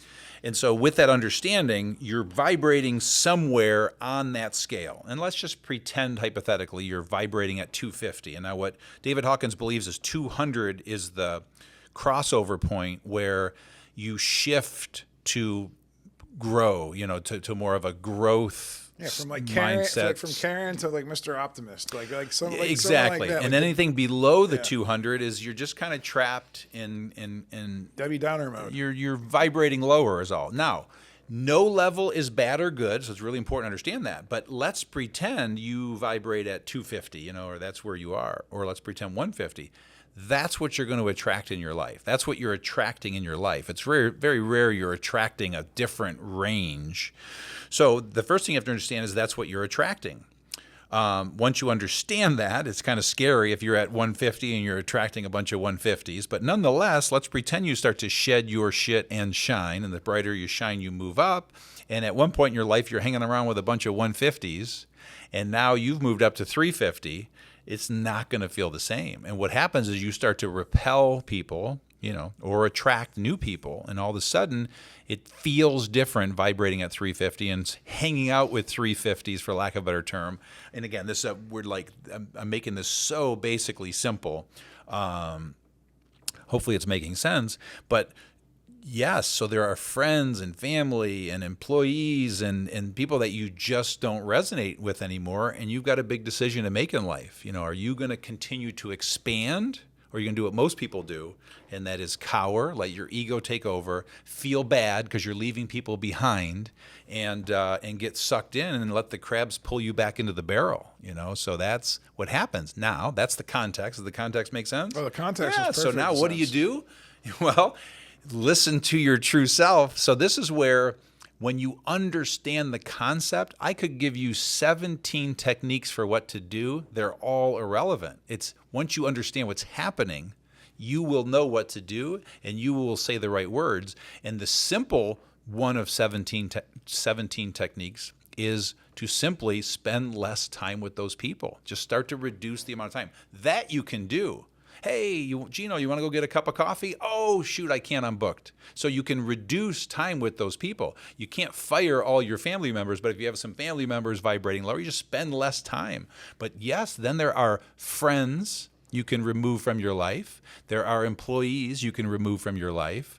Sometimes when it's your spouse, your significant other, that's tough. And so that's when divorces happen, when somebody's strong enough to realize that, it's not meant to be any longer. But so anyway, so there's some thoughts. Any specific examples in your life that you could share that because I feel like it's one thing to kind of, do the evade thing. That's kind of easy. Yeah. But what happens when they start making comments of like, "Oh, you're too good for us now," or has that happened in this journey of yours? Because I'm sure you were. I try not to get too specific to protect the innocent, but all of those things. Call him Jorge. Everything I've said so far, everything I've said, I've experienced, and yes, some of that, because. The bullying thing, that's an example of bullying. When somebody starts knocking me because they think that I'm better than, or being arrogant or whatever it is, it's unfair. But in a lot of those cases, I don't even respond, let alone not react. I don't even respond. But all of that happens, and you gotta let it go, and just roll with it. And even, in delivering this message that I'm delivering, it is scaring some people, and there's some of the driven entrepreneurs I work with, it scares them, and they look at me different, and I've been rejected, but I don't give a shit anymore, but in a good way, Yeah. But I don't give a fuck. So in other words, call me what you want to call me. Que sera, man. I have heard rumblings. Yeah. You gave a great talk at the EOS conference. I loved it. I think, there was a lot of people that you either really loved it or you were like, what the heck's he smoking? Yeah. What's he on? Like, what's he doing? I came here for the business stuff. Yeah. Do you feel that a little bit from you built like 250,000 people who are like running on traction and EOS, and then and then you're like off on this which I think is awesome because like you got to be you're just a pioneer, right? Exactly. How are you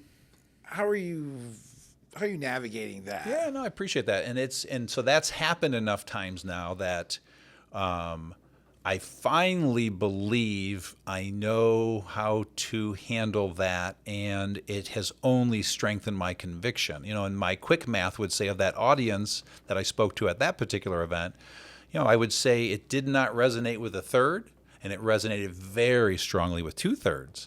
And and so it's weird. It's a little bit of a mind fuck because you have somebody coming up to you saying, wow, that talk literally changed my life. Because I did a similar talk to an audience a year before, and I still have people coming up to me saying how it's changed their lives.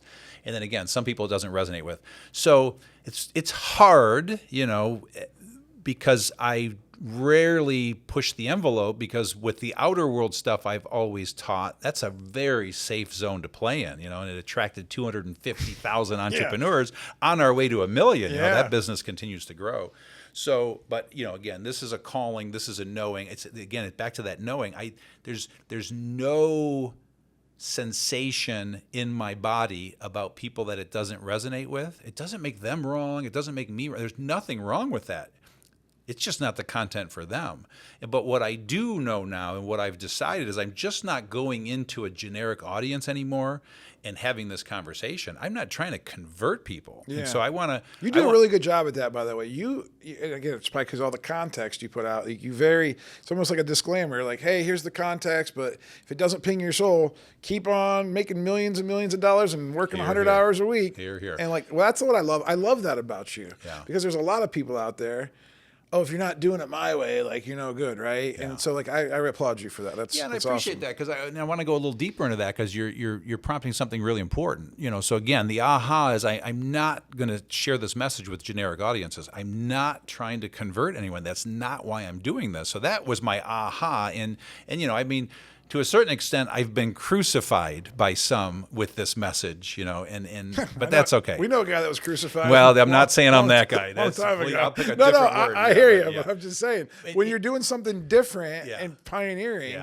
of course. And so the point I'm making is it really did hurt. It really hurt.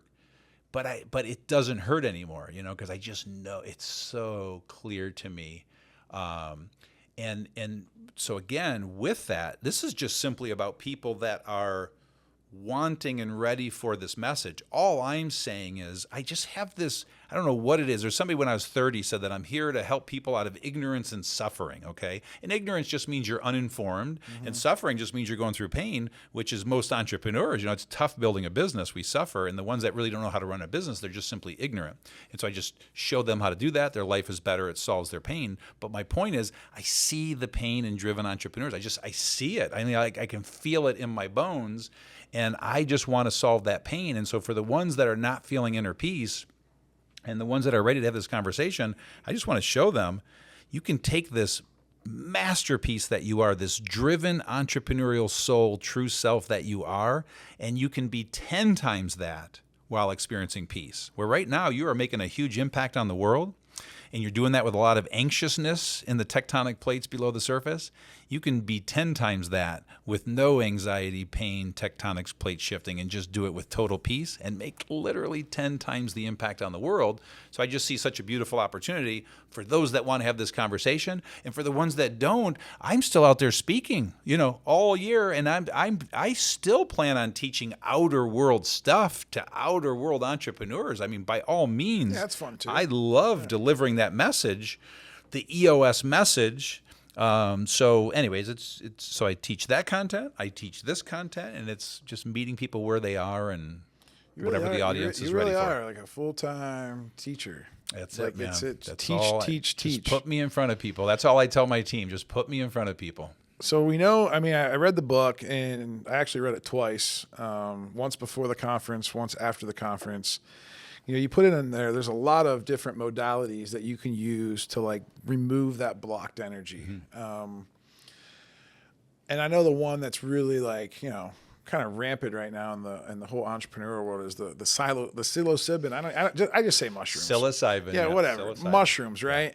Yeah. And I started watching all the there's like a bunch of documentaries now on Netflix and Hulu and all that stuff about the stuff from like the 70s. So I'm just trying to catch up on some of that stuff. What was because you talk about, you did an experience. What was your experience like? And I also like the term it turned off my ego.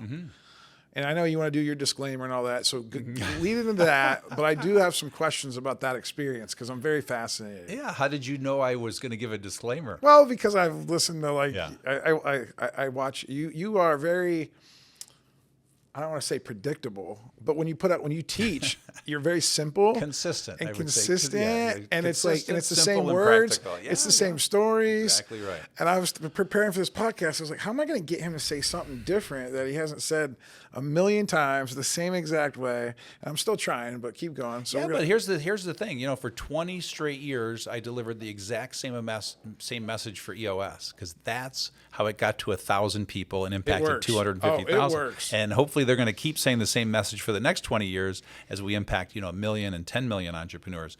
So I'm saying the same message with this message for the next 20 years as well because it works. And why would I come up with a new message? This is the message. I mean, it's so simple and clear and practical, and that's thank God that's my gift, is I make things very simple. I make them very practical.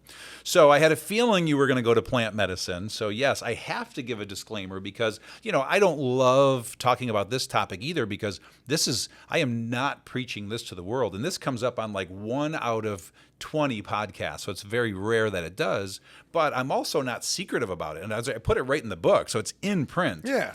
So that's why the disclaimer is so important. So I got to give a couple things here. So what I believe is after my awakening in the last 4 years, there were 4 things that were very profound in helping me free my true self, shed my shit.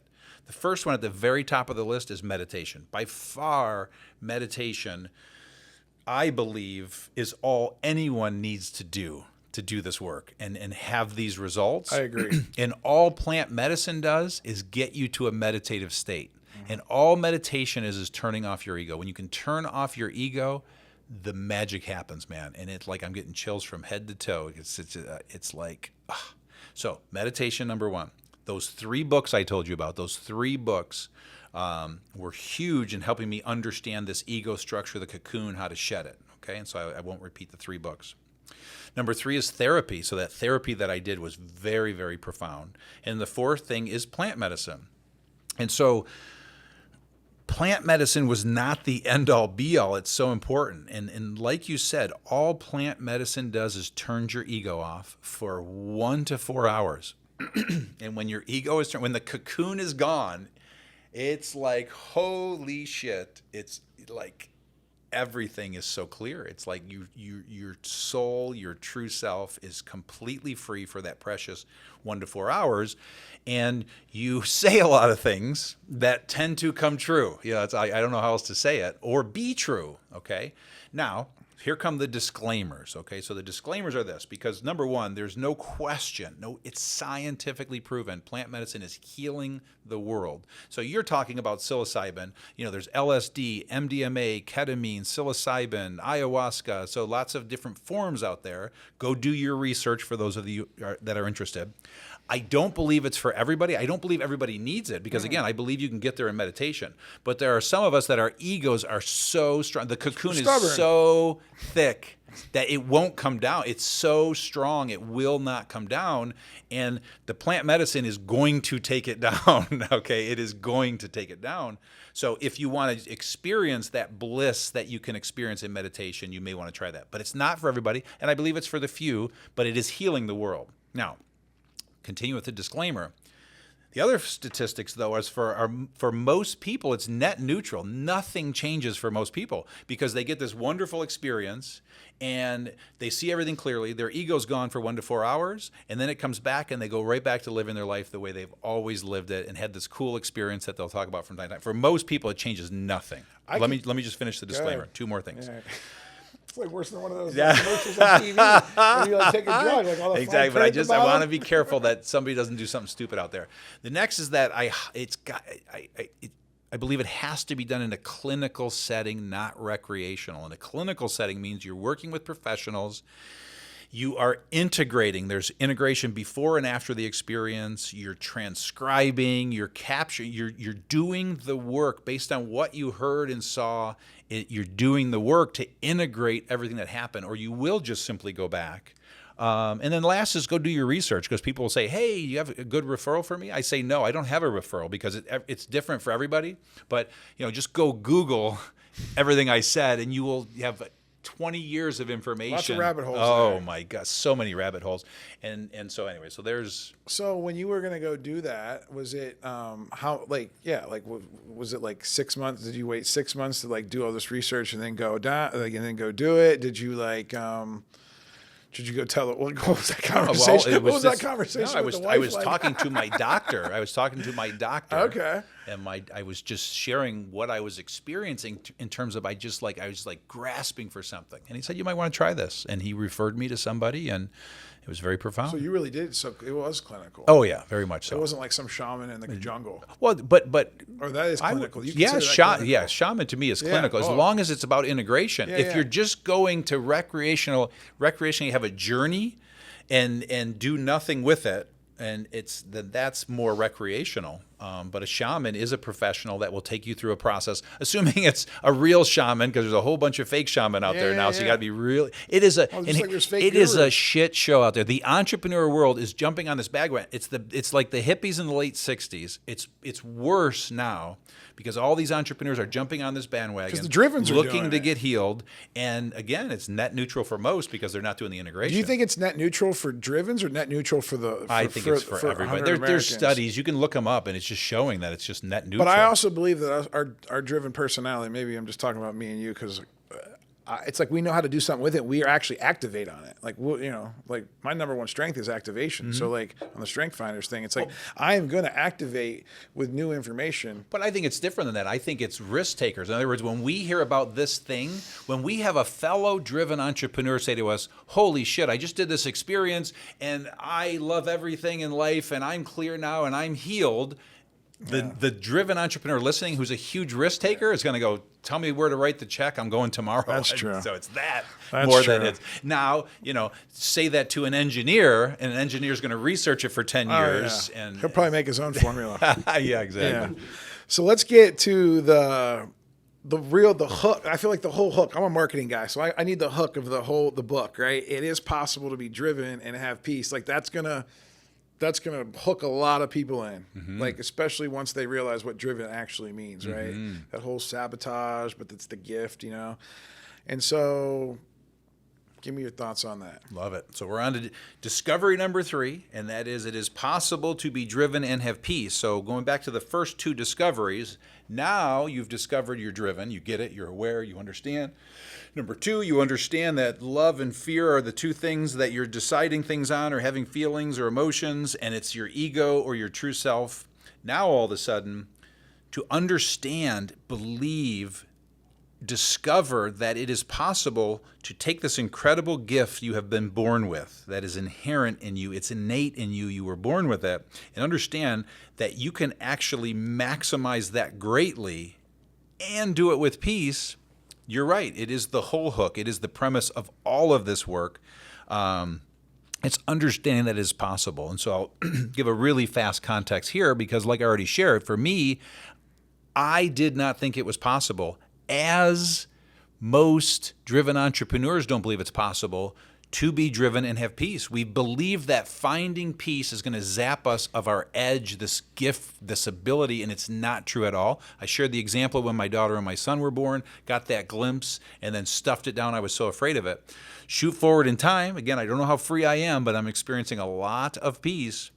all of a sudden what I realize is that my drive is greater. I believe it's 10 times the drive. I don't know if I'm 10 times yet, but what happens is when the cocoon is shed, when you shed your shit and shine, you start to come from the inside out as opposed to the outside in. When the cocoon is strong, all of your decisions, feelings, motions, thoughts, they're all outside in thoughts, decisions, which means everything that happens, you're weighing it against the outer world. What are they going to think? You're afraid of their judgment, competition, comparison.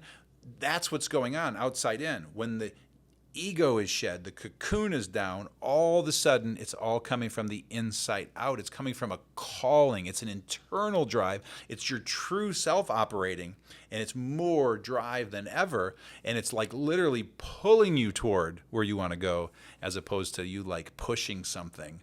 So it's very, very, very profound, very, very powerful. And I hope to prove that to 1 million entrepreneurs in the next 10 years. So do you think other than, like, we've always heard this 10X, right? 10X. Yeah. Grant Cardone, 10X. Yes. Your boy Dan 1,000 Sullivan, people, 10X is easier than 10X, 2X. Exactly. So they're writing these books, but like with what you're saying, maybe if you do inside out, maybe you're going to 100X. We don't know. Do we know I yet? don't even know why I picked 10X, quite frankly. But watch this.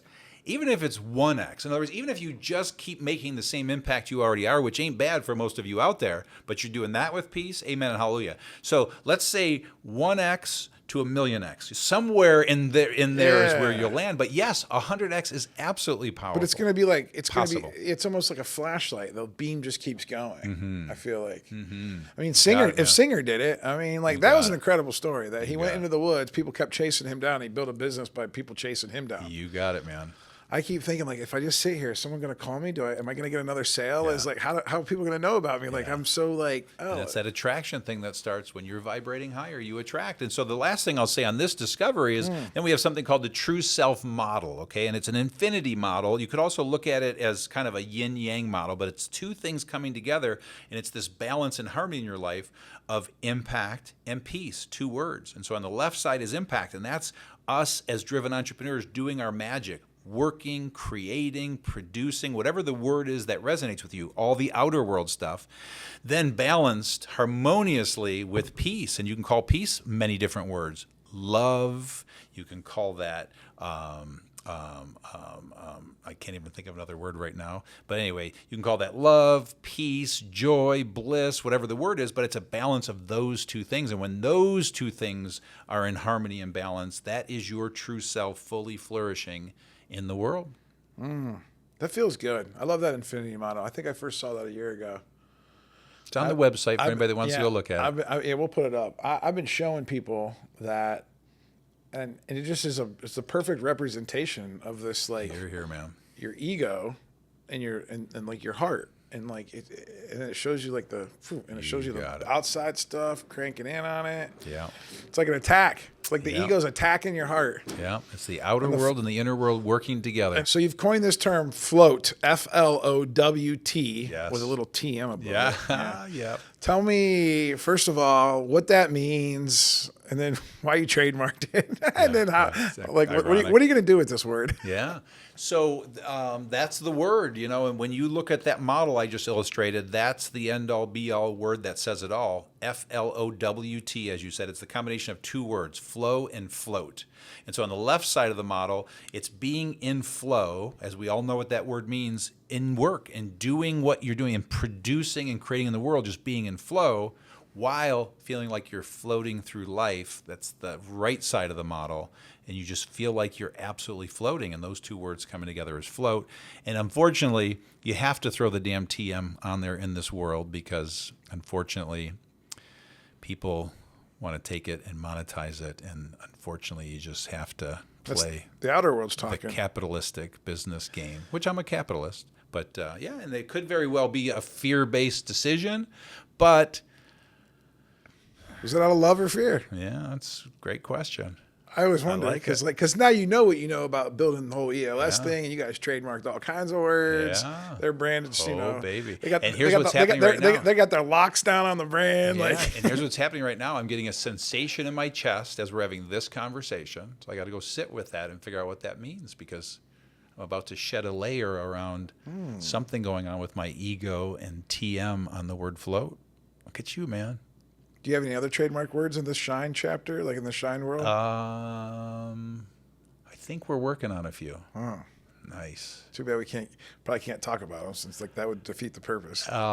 Because I can't remember any of them. You know, it's whatever Rob's working on, quite frankly. Yeah, but that's interesting. Yeah. So like, I was talking to one of my friends. I said, like, Gino, he's really good at trademarking words. I said, like, I gotta trademark something. I said, all you gotta do is take 2 ideas, throw them in the old artificial intelligence, and it'll give you like 25 different ways to like form one word. Yeah. And then we just start adding words to Merriam-Webster's dictionary. No, it's a great question though. I gotta look at, am I doing that out of love, or am I doing that out of fear?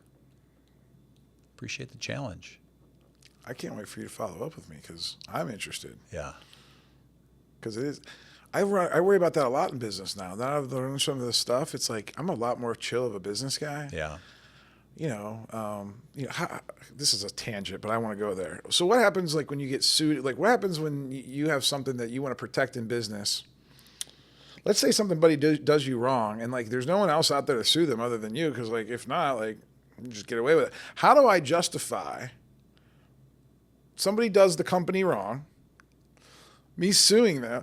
Is that out of love or fear? I mean, I mostly out of fear. I would say, like at the end of the day, I'm thinking like they're going to sit with that decision. They're going to stir with that. But then I have all my fear-driven employees and leadership team and executives and maybe business partners, and they're like, "Sure, man, we got to protect ourselves, right?" And it's like, I don't know, man. Like, but we also can't just let everybody just run around like chaos, right? There's got to be some law and order. For sure. No, so we can have a nice theoretical conversation, and then you can watch the clock on how deep we go into this, because what comes to mind for me is, first of all, an answer that drives me crazy. Okay, so I remember listening to Tony Robbins' interview with Deepak Chopra when I was 23 years old. So this goes back like 33 years ago. Yeah, he used to do these monthly cassette tapes. Oh my God. But every question Tony would pose as a challenge, Deepak Chopra would say, meditate, as like literally that cadence. I still remember it like it was yesterday. So the point is, if you're dealing with an issue in business, get still. And the answer will come. Okay, so that's like, okay, come on now. That's you're not trying to answer the question. So I think that's the answer in every business issue you come up against. I agree with you. Now let's go to this whole thing about protecting, and again, now that's not a very spiritual word, right? But we do live in a world where there is good and evil. There is love and fear, and sadly, most of it is fear. And there is a lot of evil out there. And so what do you do in this day and age? Do you work with the rules that are in place to protect what you have, or do you spiritually and woo-woo and love-based just say, I don't care who takes this to the world? And the reason I feel a sensation in my chest is it's a coin toss for me right now as we sit here and have this conversation. I don't have the answer right now. That's why we're having a theoretical conversation. So I'd even love to hear your 2 cents on it. But that's a big question, because a really good idea sadly gets stolen really fast, many times over on this planet that we live on, in the current state. Yeah, I could play the devil's advocate. I could play both sides, but I guess in the let's say we don't trademark it. We don't care if 1,000 people take it to the world, and they all spin it off and have 25 different float conferences and float spas and whatever they want to do with float. Yeah.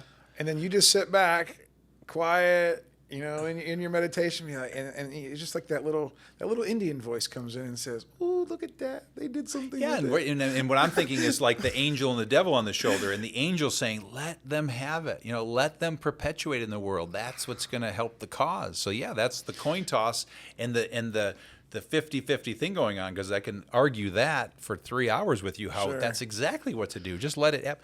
But or the OCD side of you, or the ADHD, OCD guy says, well, they're going to screw it up. They're not going to teach it the right way. Like, and there's going to be 25 different teachings of it. And we already saw what happens when people just start to manipulate and then there's like, I don't want to hurt more people. Yeah. So if you do it out of the love for the people to hear it the right way, Exactly. you can justify it a So little bit more. where I go to with that is knowing that I had a sensation. There's something here, and now Was I it just in the need chest to, or the stomach? It's the chest. I already shared that with you. Okay. It's something going on in the past. It's something I'm bringing with me from the past that's coming into this conversation. It's not about the future. And so it's something I've got to let go of. But it's the point I make with the first answer I gave is I got to sit with this and tap into my true self and decide what is the right decision for the greater good of what we're trying to accomplish in this world. So good. I'm going to ask you about So that at good. the end, because right now I want to get into the how, the 10 disciplines Yes, quickly. Because of you course. guys, if you guys want more information on the 10 disciplines, it's in Shine all the way through. It's at the back of the ELS Life book. There's lots of ways to get the 10 Lots of ways disciplines. to There's get the it. website, 10 disciplines. We'll go over all that stuff. And It'll be in the show notes. Go to Shine if you're looking for a book, because this is the most robust teaching of the 10 disciplines as they have evolved over the last 5 It's not years. even close. Yeah, But like, yeah. I feel like, a year ago when I first heard you start to talk about this, it was like bullet points. They were like kind of like highlights. I'm like, all right, dude. And it was all outer world focused. That was the first iteration. Yeah, it was like delegate. It was like, get an assistant. Don't do $25. I'm like, okay, bro. Like, teach me something else. Like, tell me, like, there's got to be more. And so you go through all that. I actually have an inside seat to this because I joined the mastermind. Yes, you I did. the Well, you're the mastermind. You're in our group Group coaching, coaching and you're and about to go into mastermind. mastermind. Yeah, we're Yeah, excited to have you. So that's it's been really good kind of learning all these 10 disciplines. I am through discipline 8 and 9. Next week is discipline 10 as we record this. By the time Nice. you guys hear this, I will already be a graduate. Nice. Graduate. He'll be enlightened by the time this episode comes out. Do you think that people that are enlightened say they're enlightened? I don't think so. I'm quite certain they don't. Because that would be discipline number 10. Could be you humble. imagine that? Could you imagine that? That would be the antithesis. Wouldn't that That's be funny? so funny. All right, so take us through these 10 disciplines. Yeah, I'll give you the real fast version, okay? And I'm just going to grab them here so I can read them in the right order. So what we talked about is the 3 discoveries for freeing your true self. That's the what. So now that you get the context and what's possible, now we're going to get into the how, because to the degree you put these 10 disciplines and implement them in your life, you create a foundation and a platform and a framework to create space and time to do this wonderful work. These 10 disciplines will both maximize your outer world and your inner world. And so very quickly, here they are. Dig deep into what you want. But number 1 is 10-year thinking. Number 2 is take time off. Number 3 is know thyself. Number 4, be still. Number 5, know your 100%, your work container. Number 6, say no, ... often. Number 7, don't do $25 an hour work. Number 8, prepare every night. Number 9, put everything in one place. And number 10, be humble. So there they are. Anything you want to say about those? No, it's but and in the interest of time, Yeah, I know that our agree. time Plus, is I want tight. them to go down the rabbit hole. I actually want them to read Shine. So I'm going to make them read Shine. We'll put that link in the show notes. Yeah, and if any of those pinged you and have you curious, go dig in. But I at least wanted to say them so they know what they are and can make the choice Just for so the themselves. audience knows what Benny's working on. Benny is still having trouble being still every day. I am ironically going to a silent retreat for 5 days as soon as I leave Gino tonight, because I need that extreme. Like, I need to put me in there, put me in that world, and hopefully I'll be meditating every day after that. I'm definitely meditating more this past 365 than I was the 365 before. Nice. So that's helping. Nice. And then the other thing that I suck at is writing everything in one place. I still use a pad next to my computer, and I still use my phone with the notes. And so, we'll see what happens with that. But the rest of them, are a work in progress. And I think once you do all those, the last one, be humble, I think works itself out. Oh yeah, no question, and that's why it's really hard for me to just read them and move on. And Yeah, I know. And you're as compelled as I am. There's podcasts where we spend the whole hour on just the 10 disciplines. So there's a lot of content and richness here. So that's why I'm just biting my tongue and following your lead. Yeah, And it's all good. I actually want to find out a little bit more about the future of maybe your 10-year thinking as it relates to you personally as a teacher, author, speaker. Yeah. Where do you see yourself taking this next 10 to 25 years? And I also know you like 25-year thinking. No, not necessarily. No, that's Dan Sullivan. I'm a right. 27-year student of Dan Sullivan. you Everybody listening should be in Strategic Coach. Really? But I was thinking about joining that. Highly recommend. I mean, it's you get to go to your planet, 4 times a year and be surrounded by people that think like we do. And Dan Sullivan's he's the greatest. So highly recommend it for every entrepreneur. We have sent hundreds, if not thousands, of people to him. Changed my life. I mean, he's one of my mentors, and he's just a superstar and a rock star. So he teaches 25-year thinking, and then there's. That's why I figured you liked it. Like you like 25. Well, but I know you teach but 10 but, years. but here's where it gets heavy, and then there's teaching out there 100 years. What you're going to see and read in this book when you get into 10-year thinking, all I'm simply doing is trying to get the driven entrepreneur to shift from short-term thinking to long-term thinking, okay? I created EOS to last 100 years, okay? So you get to a point where you realize there is no time, okay? And so that's kind of where I am. So it's not about 10-year, 25, year. It doesn't matter. In other words, I am just putting stuff out into the world that will hopefully last forever and make a huge impact. So, but to give you some specific 10-year stuff, again, it's about thinking, okay? And the further out you can stretch your thinking, the more impact you're going to make, the better decisions you're going to make. Time slows down. It's very, very powerful to, again, where you realize there is no time, not to get too heavy. So, but the 10-year stuff with this particular project with Shine is we want to help free the true selves of 1 million entrepreneurs in the next 10 years. And for us, it's simple math. We believe that they are the fulcrum, if you will. And so if we believe that every driven entrepreneur is touching 200 people on average, some less, some more. And so when that driven entrepreneur finds peace, you are going to be different, act different. And so very quickly, I'll read these words because Rob, for that long form interview you talked about, interviewed my wife, daughter, and son and said, how is Gino different in the last 4 years? And these are the words they said. And so this is like the proof is in the pudding. They said he's more calm, he's more patient, he's more loving, he's open, he's freer, he's happier, he's more present, he receives love now, he's inspiring, he's less judgmental. So it's like, I want to break down and cry hearing that because that's coming from the 3 most important people in my life. So my point I'm making is, when you reach this level of freedom, when you put these 10 disciplines into your life, that's what people are going to start to say about you. That's what your employees are going to say about you, your loved ones, your friends, and they're going to ask. They're going to say, hey, Benny, what's different? And so we have someone in our mastermind. He just shared this in the last session. It's like hits me in the heart and soul. But he ran into 2 old friends. He was at an event, and both of them, 2 separate instances, said the exact same thing to him. You're different. What's different about you? In a good way.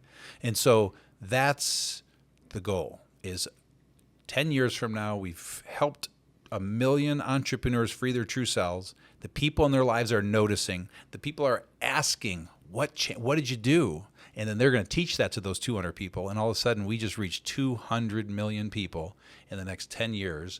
And that can tip the planet. That can... Are you saying that the entrepreneur reaches 200 other entrepreneurs? No, or 200 people, employees, friends, family. What are they teaching? Because some of the principles might not every one of the 10 disciplines translates. Does it? To every people, I mean, every human being walking the earth. And again, don't get too heady about it. Yeah, I'm too heady. But we don't teach them to anybody other than driven entrepreneurs. And someday we may, but we're leaving that to the driven entrepreneur. But it could be as simple as forget the 10 disciplines for a minute, but they apply to everybody walking the earth. I hope it's being taught in every school on the planet in 10 years. But nonetheless, if that driven entrepreneur just said, I shed my shit, I had trauma, here's how I did it, and that resonates with somebody in their life that goes, whoa, I got shit, I got trauma, and it can be shed, and I can have peace, and I can walk around looking like you, there's a good chance they'll do it, and all of a sudden, that person might go read that book, or go get therapy, or meditate, or whatever it is. that can make an impact. And so the million, are you going to count the 1 plus the 200? So that would be 201? No. Or a million entrepreneurs Okay. that have 200 people in their lives. So it's 200 million. So it's a million. So how do you, again, this is you taught me this one. I have to have a scorecard, right? So Yeah.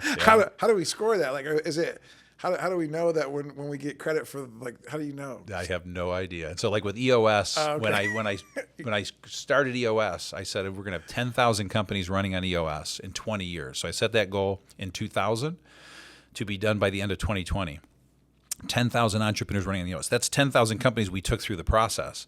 And the implementers would ask, how will we know? How are we going to do it? How are we going to? I say, I have no idea, but we're going to figure it out one quarter at a time. And ironically, with 30 days to spare, in November 2020, we hit our 10,000th student. And I said it 20 years before that. Me. I there signed you go. up. Could have been you. I'm telling you, man, I signed up. But the point I'm making, because now we're measuring a broader number with EOS Worldwide, and we're looking at all of the ones we touch, and it's 250 now, and their goal is to get to 1 million. We'll know it when we get there is the short answer. So I have no idea how we're going to measure it. Doesn't matter right now. In other words, right now it's just one entrepreneur at a time, and every quarter we're going to get a little closer to it and make changes, evolve. It's just not tweaks. quite as concrete as like the EOS thing. Right? Like it doesn't feel like it's as like you either run on EOS or you don't, right? Well, the 10 disciplines are as concrete, but no, this conversation we're having is a lot less concrete. But I will tell you this, hopefully you're all hearing this out there and you're seeing this. Like, is this going to count the 10,000 people that listen to this podcast? Will that count? No, unfortunately, no, they got to do the work first. Okay. They got to do the work. And then they got to send a note in saying we did the work? Maybe. Right. But again, what I'm doing is I'm making this crazy, complex, amorphous topic simple and practical. So with that said, I don't know how we're going to measure it. I think we'll know when we get there. We're going to figure all that out one quarter at a time. So this is like a new company for you. Oh, it's a company. The company is called The 10 Disciplines, owned by Rob Dubé and I, 100%. This is a company. And can you share with us like some of the ways you're going to get this out to the world other than I know you're doing podcasts. Yeah. I know you have the mastermind, the group coaching, the website, anything else on the horizon? Yeah, so it's exactly that. So we have a self-study, a group coaching for 10 disciplines. That's where people learn how to implement the foundation. And then we have a mastermind, and that's when you're ready to go deep. So that's like where it shouldn't even be called mastermind in my mind. It should be called the deep dive. It's a true self deep dive. It's where we go into all of this stuff. I think it should be called Master Heart. Yeah, well, love that too. Whoa, hold on. Because the mind is ego. Man, the mind is ego. So look at that. No sensation in my body at all. That means that's probably the perfect thing. Oh my God, that's really good. Don't trademark it. We're grabbing it. I'm just kidding. I'm sure but thank you for that. No, thank you for that. That's exactly what it is. So thank you for that. Call it shine or master soul. Why even master? Master's an old school term. I agree. We got to come up with. It's a deep dive. What's that? So thank you. But you and I both want to go on a tangent and brainstorm this thing, and I want to do that where I'm going. We'll do that at lunch. Yeah, exactly. We'll do that at lunch. But the point is, it's those three things: self-study, group coaching, mastermind. Is where we're going to reach these people. But I think it's so much more than that. So yes, we have a podcast. We release an episode every week. We've got this assessment on the website we talked about. We got the book. But, I'm also experimenting with this thing. I've only done 3 now, but I'm calling them Shine Meetings. And it's getting together with 8 to 12 people. And, there's no charge for this. It's almost like an AA meeting. And we come together. We actually sit around. You bringing coins? No coins. How long have you been shining? But the point is, it's self-facilitated. We sit around this table right here, and it wouldn't surprise me if there were 1,000 of those going on every day 10 years from now, because it's people that have all read Shine, and they're driven entrepreneurs coming together, and the conversations are out of this world. So, do you know who Dan Martell is? Buy Back Your Time? I do not. He just wrote a book called Buy Back Your Time, and he does a thing where he calls it a founder's hike. He lives up in Kelowna, Canada, and anytime you want, I forget what day it is, Tuesday morning, as long as you're there at 5:30 in the morning, he's hiking up this mountain. So people are going, I mean, people are flocking up there to go listen to him and be around and get some wisdom and teaching. And so that'd be interesting. And that's it, man. It's just like, I love being face to face. It's a beautiful thing, and there's something to that. But the point is, you're asking how every quarter we're evolving, figuring out. But those are the ways that we're doing it now, and the impact and the things that we're offering the world. And we'll see how that all grows and evolves. So this is interesting to me because, I don't know, you just did this massive thing with EOS for 20 years. You were able to exit that company, and and you're still involved with it. But Now it's like, all right, you get to start fresh, start clean. All the lessons that you've learned from the last 20 years of growing that monster. Yeah.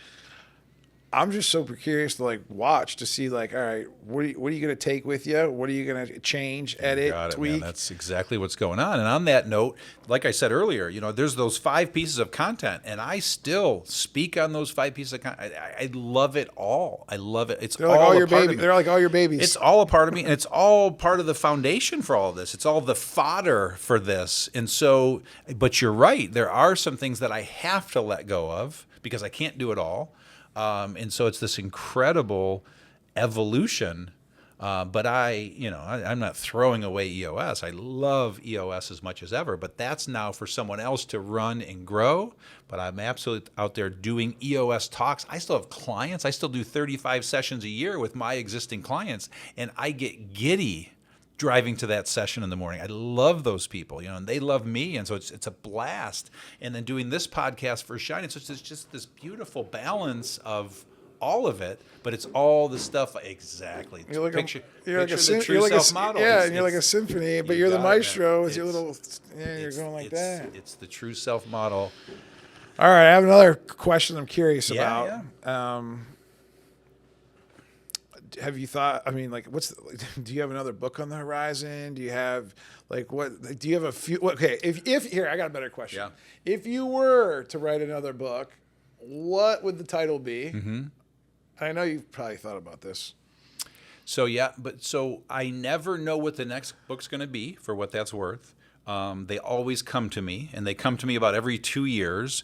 When I finish writing a book, I vow I'm never going to write another one because it's so hard. It's hard because I take it so serious, and I pour my heart and soul into it, and I'm a fanatic about the editing process.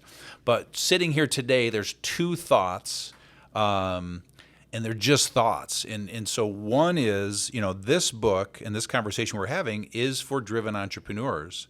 And what we're thinking about is, writing this book, speaking to everyone else. Okay? So that's one thought.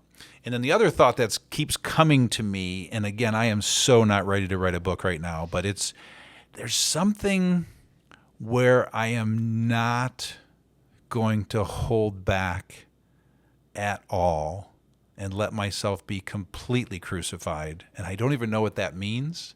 And I think I'm free right now. I don't know what it is. And it's 2 years away, and I just going to pour out whatever comes out of my true self. And I don't even know what that means. Is that just even go more and deeper on the inner story? I don't know. I don't know. I don't know. And it's like you got to protect all the people that are close to you. I mean, you always want to protect the innocent, and so when you say that, it's like it seems like the big message hasn't fully come to me yet, and it's going to all and what is happening with this book. And the feedback has just been so amazing. But what's happening with this book is I think I'm seeing the common threads in what people are being drawn to and attracted to. And that's one of my abilities. In addition to simplifying and making things practical, I see patterns and trends. And so right now what I'm doing is just watching a lot of patterns and trends. And so, like I said, I have no idea what the next book is ever going to be, but there's this thing I'm feeling that is coming that I'm just going to no holds barred, put it in a book, and I feel like it's going to scare some people, and I feel like it's going to excite some people, and I feel like it's going to make a huge impact, and I don't care. It just feels like it needs to be written, and I can't even tell you what it is. I got it. Those are the best. I mean, that's the best. When I got off stage at the EOS conference, it was scary. It was emotional, but people just keep coming. They're like, "Thank you so much for sharing that." And I guess you don't realize. Yeah, nobody shares. Here. We're all protected. We've been trained to be protectors. And what's coming to me too, and as we're talking about this, is everything I just said right there. But maybe it's more. But everything we've talked about in this conversation is mostly about the right side of that true self model. Again, which is the peace side, the love, the bliss, the inner world stuff. I am as excited about the outer world stuff. In other words, so what's coming to me, and I'm getting chills head to toe, so that typically tells me I'm right. or on the right path towards something. But it's the combination of both. I am as passionate about talking about the impact side. And the words that I use just personally as I talk about productivity and peace, okay? And so I'll give you my best version now that it's getting a little clearer for me right now. But productivity and peace, I think that is at the end of the day what my soul is screaming to tell the world. And that goes to the person making $15 an hour and the person making $15 million a year. And we are all here to be productive. And the definition of productive is different for everybody. Driven entrepreneurs, it's a very specific kind of productivity. The guy flipping the hamburger at the whatever, it's that kind of productivity. The mother or the father that stay home and care for the parent, or a loved one, or what, we all are here to be productive in some way, and we are all here to be peaceful. I know that for a fact. 8.5 billion people. I know that for a fact in my heart and soul, just my humble 2 cents. And so it feels like it's something around that, like the combination of those two things and the possibility, because we all need to be productive. The ones that aren't, it's why some of them are really fucked up and they just don't know how to be productive, and they're being led to think there's only one kind of productivity. And so we are fulfilled when we are productive, and we are fulfilled when we are peaceful. And so anyways, that's... What if we were productive at being present that would lead to peace? Well, I don't think we're all meant to sit in a hut and meditate all day. I didn't say that was presence. Keep going. Give me more. I'm present. I'm present with you right now. I'm present. I can go to my roofing company right now and just be present with every human. I get what you're saying. Just be connected. Yeah, my mind went in a completely different place. But to that point, I would suggest to you the presence is on the right side of the model. That's the peace side. When we are present and aware, all of a sudden apply that to the productive side.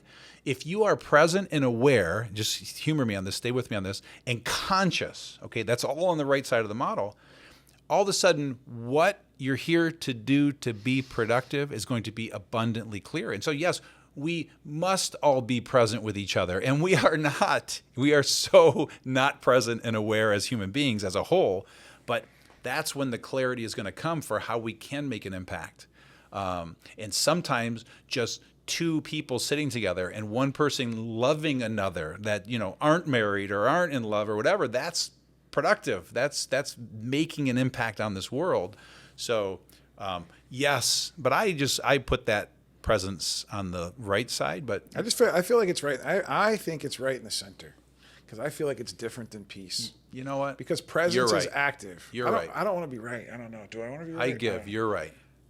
Benny wins. It's a contest, everybody. We're seeing who. I'm just kidding. I'm so kidding. Jeez. I'm right. so kidding. That was an interesting way to end the 100th episode of the Big Fish Cares podcast. Gino Wickman, thank you so much. This has been a dream come true of mine ever since I read the book Rocket Fuel, and I'm more excited about Shine. And when you said it's peace and productivity, and it's these two thrusters, I kept thinking it's like the same way you described the visionary and integrator. There's like a lot of synergy there. But it's all in us. So those two things are all in us. So it looked like you were milking a cow there, by the way. Yeah, well, hopefully most people are just listening on their iPhone there. Is there anything else you want to add? Is there any questions I should have asked you that I didn't? No, there's one thing I always like to make clear, and that is that, is that everybody out there knows that they deserve this. They deserve this. And so I feel like most people feel so undeserving, or that this is selfish, or that this is, I don't know what. And so I always like to look into the camera on this point, but you deserve it. You deserve it. You deserve it. And so whatever that thing is inside of us that makes us not feel worthy of this beautiful thing that is possible, we all deserve it. We all absolutely deserve it.